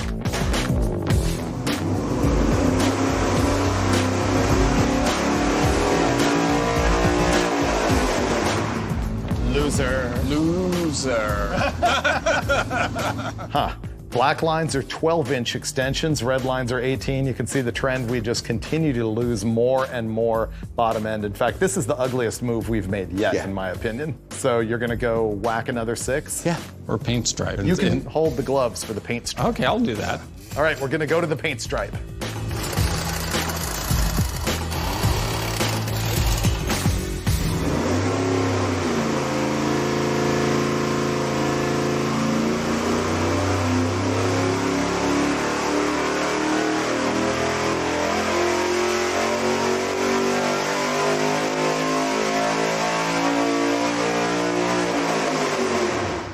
Mr. Brule says our new Power Peaks are 441.7 pound-feet of torque at 5,000 RPM, 488.8 horsepower is at 6,600. So you're going to compare the 8-inch extension to The 12. the 12. And it just continues to plummet. Look at that garbage. Jeez. You know what? At least it tells you the trend is all the same direction. The collector length extensions affect torque at below peak. Not so much at the top end. But the other thing is, notice how each time we shorten it, the fail moves higher and higher upstream. Did you notice that? Yep. You really have to look at these curves and decide where you want to kill your torque. That's kind of your only all choice. application. Yeah, you're not making more horsepower at any point. So really it comes down to how much bottom end torque do you want to make or kill. So what I've learned so far is you're better to err on the side of too long of a collector than too short. We're gonna look at best to worst. This is 24 inches to 8 inches, and look at that. Once again, like I said, top end, really above 4,500, it doesn't matter. It does a tiny bit, but not, I mean, that doesn't alter your life. This does. Well, now the question is, when we put the 1 3/4 inch chassis headers on this thing, are they better than the 1 5/8? And is the answer about collector length the same? I know that the collector is going to be better, but is the length going to end up being the same? I see what the question is, whether it's still the 24, Right. or whether it turns into an 18 or a 12 or something like that on a larger tube. Exactly. So, one way to find out. So now we're going to go on both the 1 5/8 headers and install the 1 3/4 larger ones, and I guess we'll run them first with open, no extensions on them as well. Just the way we did this. All right, let's swap it out. Here's the new hotness. So the headers on this thing have tube diameters of 1 5/8 inches, and these are 1 3/4.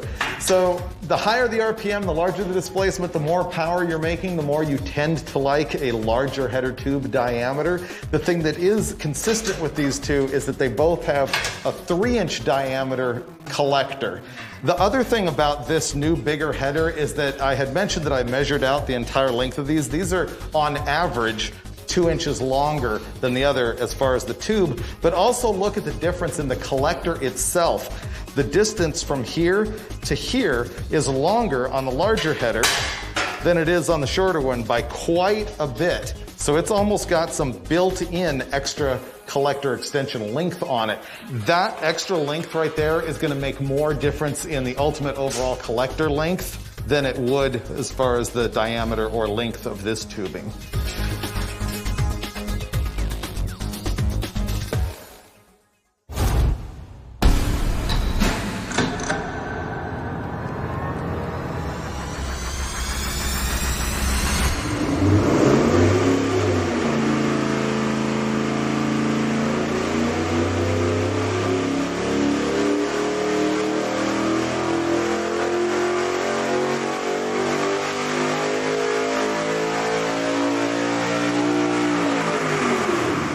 I'd say that's a better header. Yeah. Well, that answers our question about whether the 1 3/4 inch header is more appropriately sized, as you would say, for this engine. What we're looking at here, by the way, is the 1 5/8 header in red and the 1 3/4 header in black. You can see the 1 5/8 was better down here below 4,500 RPM, but when we started to really move some air, obviously the 1 3/4 is a whole lot better. It's the old myth of smaller tube diameter is better for low-end torque, right? Yeah. In this case, it did, which is interesting because it also has shorter overall length than the larger header. But I would choose the 1 3/4 inch header. Oh, look at that top end charge. I mean, it's clearly superior by a pretty significant amount. Our peak power numbers now with the 1 3/4 inch header are 497.2 horsepower at 6,700 RPM. The torque is 446.7 at 5,000 RPM. And the other thing that I've noted is that the RPM at peak power hasn't really changed based on the header tube diameter. Yeah, it's interesting. Yeah. So now we go put on the 30-inch collector extension on this thing.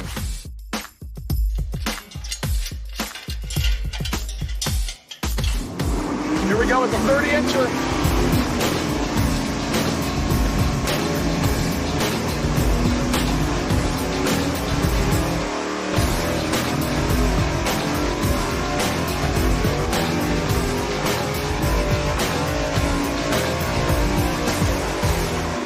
So we're going to go 1 3/4 header versus 1 3/4 header. This is what we did with the collector extension. Same exact trend we saw with the other header.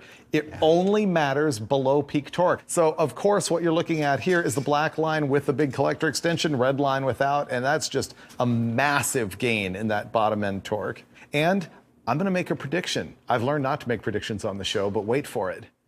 I know That's going to get worse and worse as we cut the collector shorter. What? Yeah. But I guess we got to do the same thing. Want to take 6 inches down? Sure, absolutely. Yep. Well, Troy does. Troy. Oh, he's going to ding your dyno. Watch. Oh, he didn't. He knows what he's doing. Oh, for sure. Yeah. That was awesome. That was the greatest changeover in the history of the show. All right, thanks to Troy, the Chop Goldie, we've now got 24-inch extensions. Sorry, we're going to overlay the 30-inch collector extension with this bigger header. And sure enough, the difference is less, but the longer pipe had more torque. Wait a minute. No, it's the other way game around. changer. I assumed. And you know what happens when you assume? I made a chump out of myself. The shorter collector extension made more torque at the bottom end. That is the 24-incher, and the red line is the 30-incher. The plot thickens. You know, it's a combination of length and diameter, and we found something where it's filling the cylinder better at that engine speed is all there is. That's all there is. That's really interesting. The 24 is better. We're just baffled by this because the trend we saw the whole time, even with the 30-incher that we just tested, was that the longer extension was going to make more torque below the RPM at peak torque, and that did not happen this time. We shortened it up 6 inches and made more bottom end. Now the next 6 inches going to 18 is really going to be interesting. Yeah. Nobody can predict that one because it just threw us this curveball. Do we do 2, 4? I don't want to blow past some data that we wouldn't otherwise capture. Why not 3? We could split the... You want to do 3? Yeah. That way it's half 6 our and increment. 6. That's good. Go 3, Troy. 3.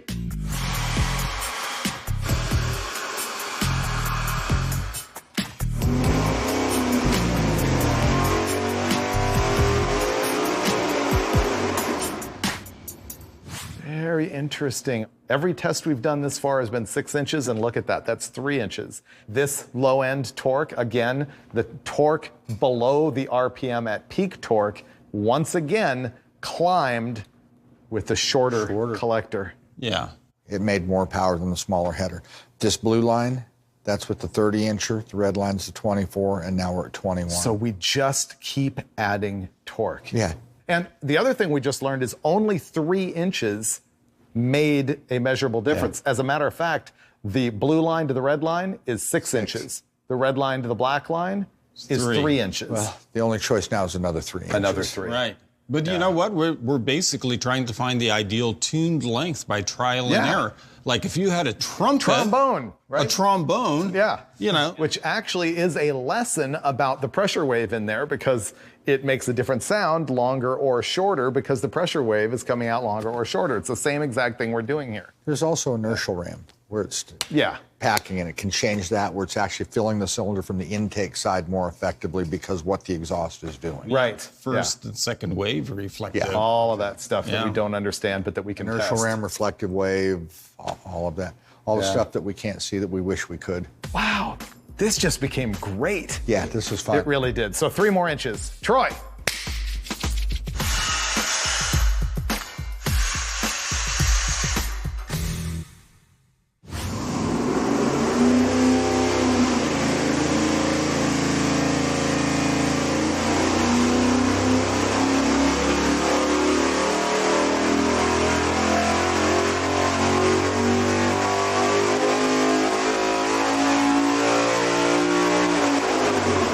This is getting really exciting, because that looks like that was another big improvement in the overall average power. Look at that. We're making 498 horsepower now and 442.2 pound-feet of torque. We're going to compare our new 18-inch collector with our old 21-inch collector. Look at that. To smooth that and filled that in. So the gains are getting smaller, but the trend continues with this larger header, that when we shorten that collector, it's picking up the torque right here. The black line is the shorter 18-inch collector, red line is the longer 21-incher. And look what's happening up here, is they come together around peak torque and then diverge again afterwards. This is pretty These awesome. changes are pretty significant. You know, I'd like to say that the next change is kind of like timing and it's going to do almost nothing and we know we're in the sweet spot. That's what I feel. Every change we're making, it's been fairly significant. So the next change again is going to be really interesting. Well, the averages came up. Like average torque with the 21-inch tube, 417.6. Average throughout the curve with the 18, 419.7. That's 2.1, which on average is... That's significant. Yeah. And like Steve was saying, the curve is just nicer. It filled in some of that dip that we had been seeing with the longer collector extension. Yeah, here. Yeah. And at the top, too. So interesting. We just got to go cut another 3 off. So we're going to Yeah. go 15 and then 12. And that should tell us a whole bunch right there. That's when the change will, I think, We'll catch the it'll change switch at the somewhere other in there. end. Right now, it's the out of the box 18-inch length. Yeah, and it worked good. Yeah.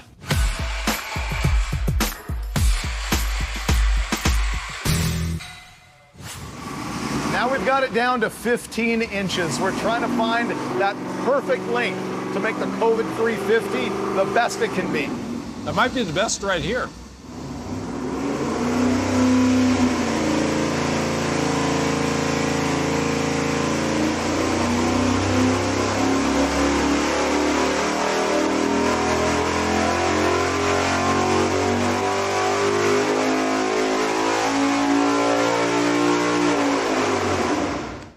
So here, the 18-inch extension is red. The new 15-incher is black. We're close. We're right, and I mean... But I think we might be coming down the other side right now. I think so. Well, you look at the peaks, and we're actually up at peak in both cases. We're now making 442.7 pound-feet of torque at 5,000, which is up by half, and we're making 499 horsepower at 6,600 RPM, which is up by 0.4. Essentially, the performance in the car, this is the same. Yeah, I agree. Yeah. So I think we're at the point of no return. We don't really need to keep hacking this thing down unless you just want to find out where it does I think fall we need to off. make one more cut. Okay. Me too, I agree. I think one more 3-incher. Okay. Just to see if we move down to lose some more torque and move, lose a little bit somewhere else, just to make sure we're on the other side of that window. But nevertheless, the big story is still that the trend inverted. Inverted, yeah. Which is, has something to do with the diameter. I'm not that smart. I don't know. So let's go hack another 3.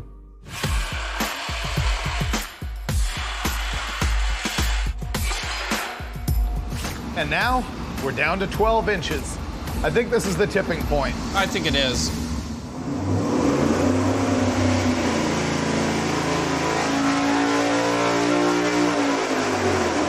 Here comes the graph, and we got 496.9 horsepower, 444.1 pound-feet of torque, which happens to be our highest one yet, but that's not the story as usual. The overlay will be the story. So red lines, 15-inch, black lines, 12-inch. How do you call it? 15-inch. The 15 was better. We are at the tip-over point. So now we're going to compare 12 inches versus 18 inches. Okay, black line is 12 inches, red line 18 inches. Okay, so once we hit 18, we got to the point of diminishing return on big changes, but prior to that, we definitely saw an inverted trend from length versus torque. So I've actually learned a massive amount from this, and I guess the big thing is that I didn't think that pressure wave tuning of like F1 and Pro Stock type information would matter this much to an average engine like this. I think that always matters. I mean, I think it's physics and it's going to apply to almost any engine. That's all part of the track. I mean, from the top of the choke horn there to the end of the collector, it's all part of it. Which is the other thing I learned, because I believe if we put a tunnel ram on this, meaning a big long intake runner different than what's there, it's going to change this again. Absolutely, and then throw another camshaft in it. It's going to change it all again. And so that's the third thing is, well, there's many things that we test that we feel we can derive a trend from and give people advice. And I've learned you can never say always in this engine stuff, but we can see trends. In this case, the only trend that I can tell you knowing what I know right now is you have to try it on your own car. But it just goes to show you that all of this stuff matters every time, no matter what. And this is the difference between engine development and engine testing. Right. Yeah. And that development, as you say, would be different with a different intake and cam. It's fascinating. And that we were able to see this kind of difference just by changing the header tube diameter. We would normally go, oh yeah, that 1 3/4 is going to make way more power, and it did, but who would have known that we would have seen that difference in the collector? Yeah, and if it's that sensitive to pipe length, imagine the full exhaust system in your car and how that would affect your performance or your torque down low or up high or what have you. Yeah. Well, but I guess the last thing I learned, if you really don't know, I still think you're better off with an out-of-the-box 18-inch collector than you are with nothing at all. You can't hardly go wrong with an 18. I mean, you're at least in that zone. And I think we've seen over and over, with nothing there, it just kills the bottom. It's no good. But if you have a 5,000 stall converter, who cares? Yeah. This turned out way better than I expected. Good. Yeah, this was Fun awesome. stuff. Any final thoughts? 10 more questions. Right. And no more answers. A lot of times development is cut and try, and that's what we found out here. You just have to zero in on what actually works. It's undeniable. But the thing we tested and proved is that it makes a difference, and you need to find out if you really care about ultimate performance. Absolutely. Yep. Which is what we kind of do every single time on Engine Masters.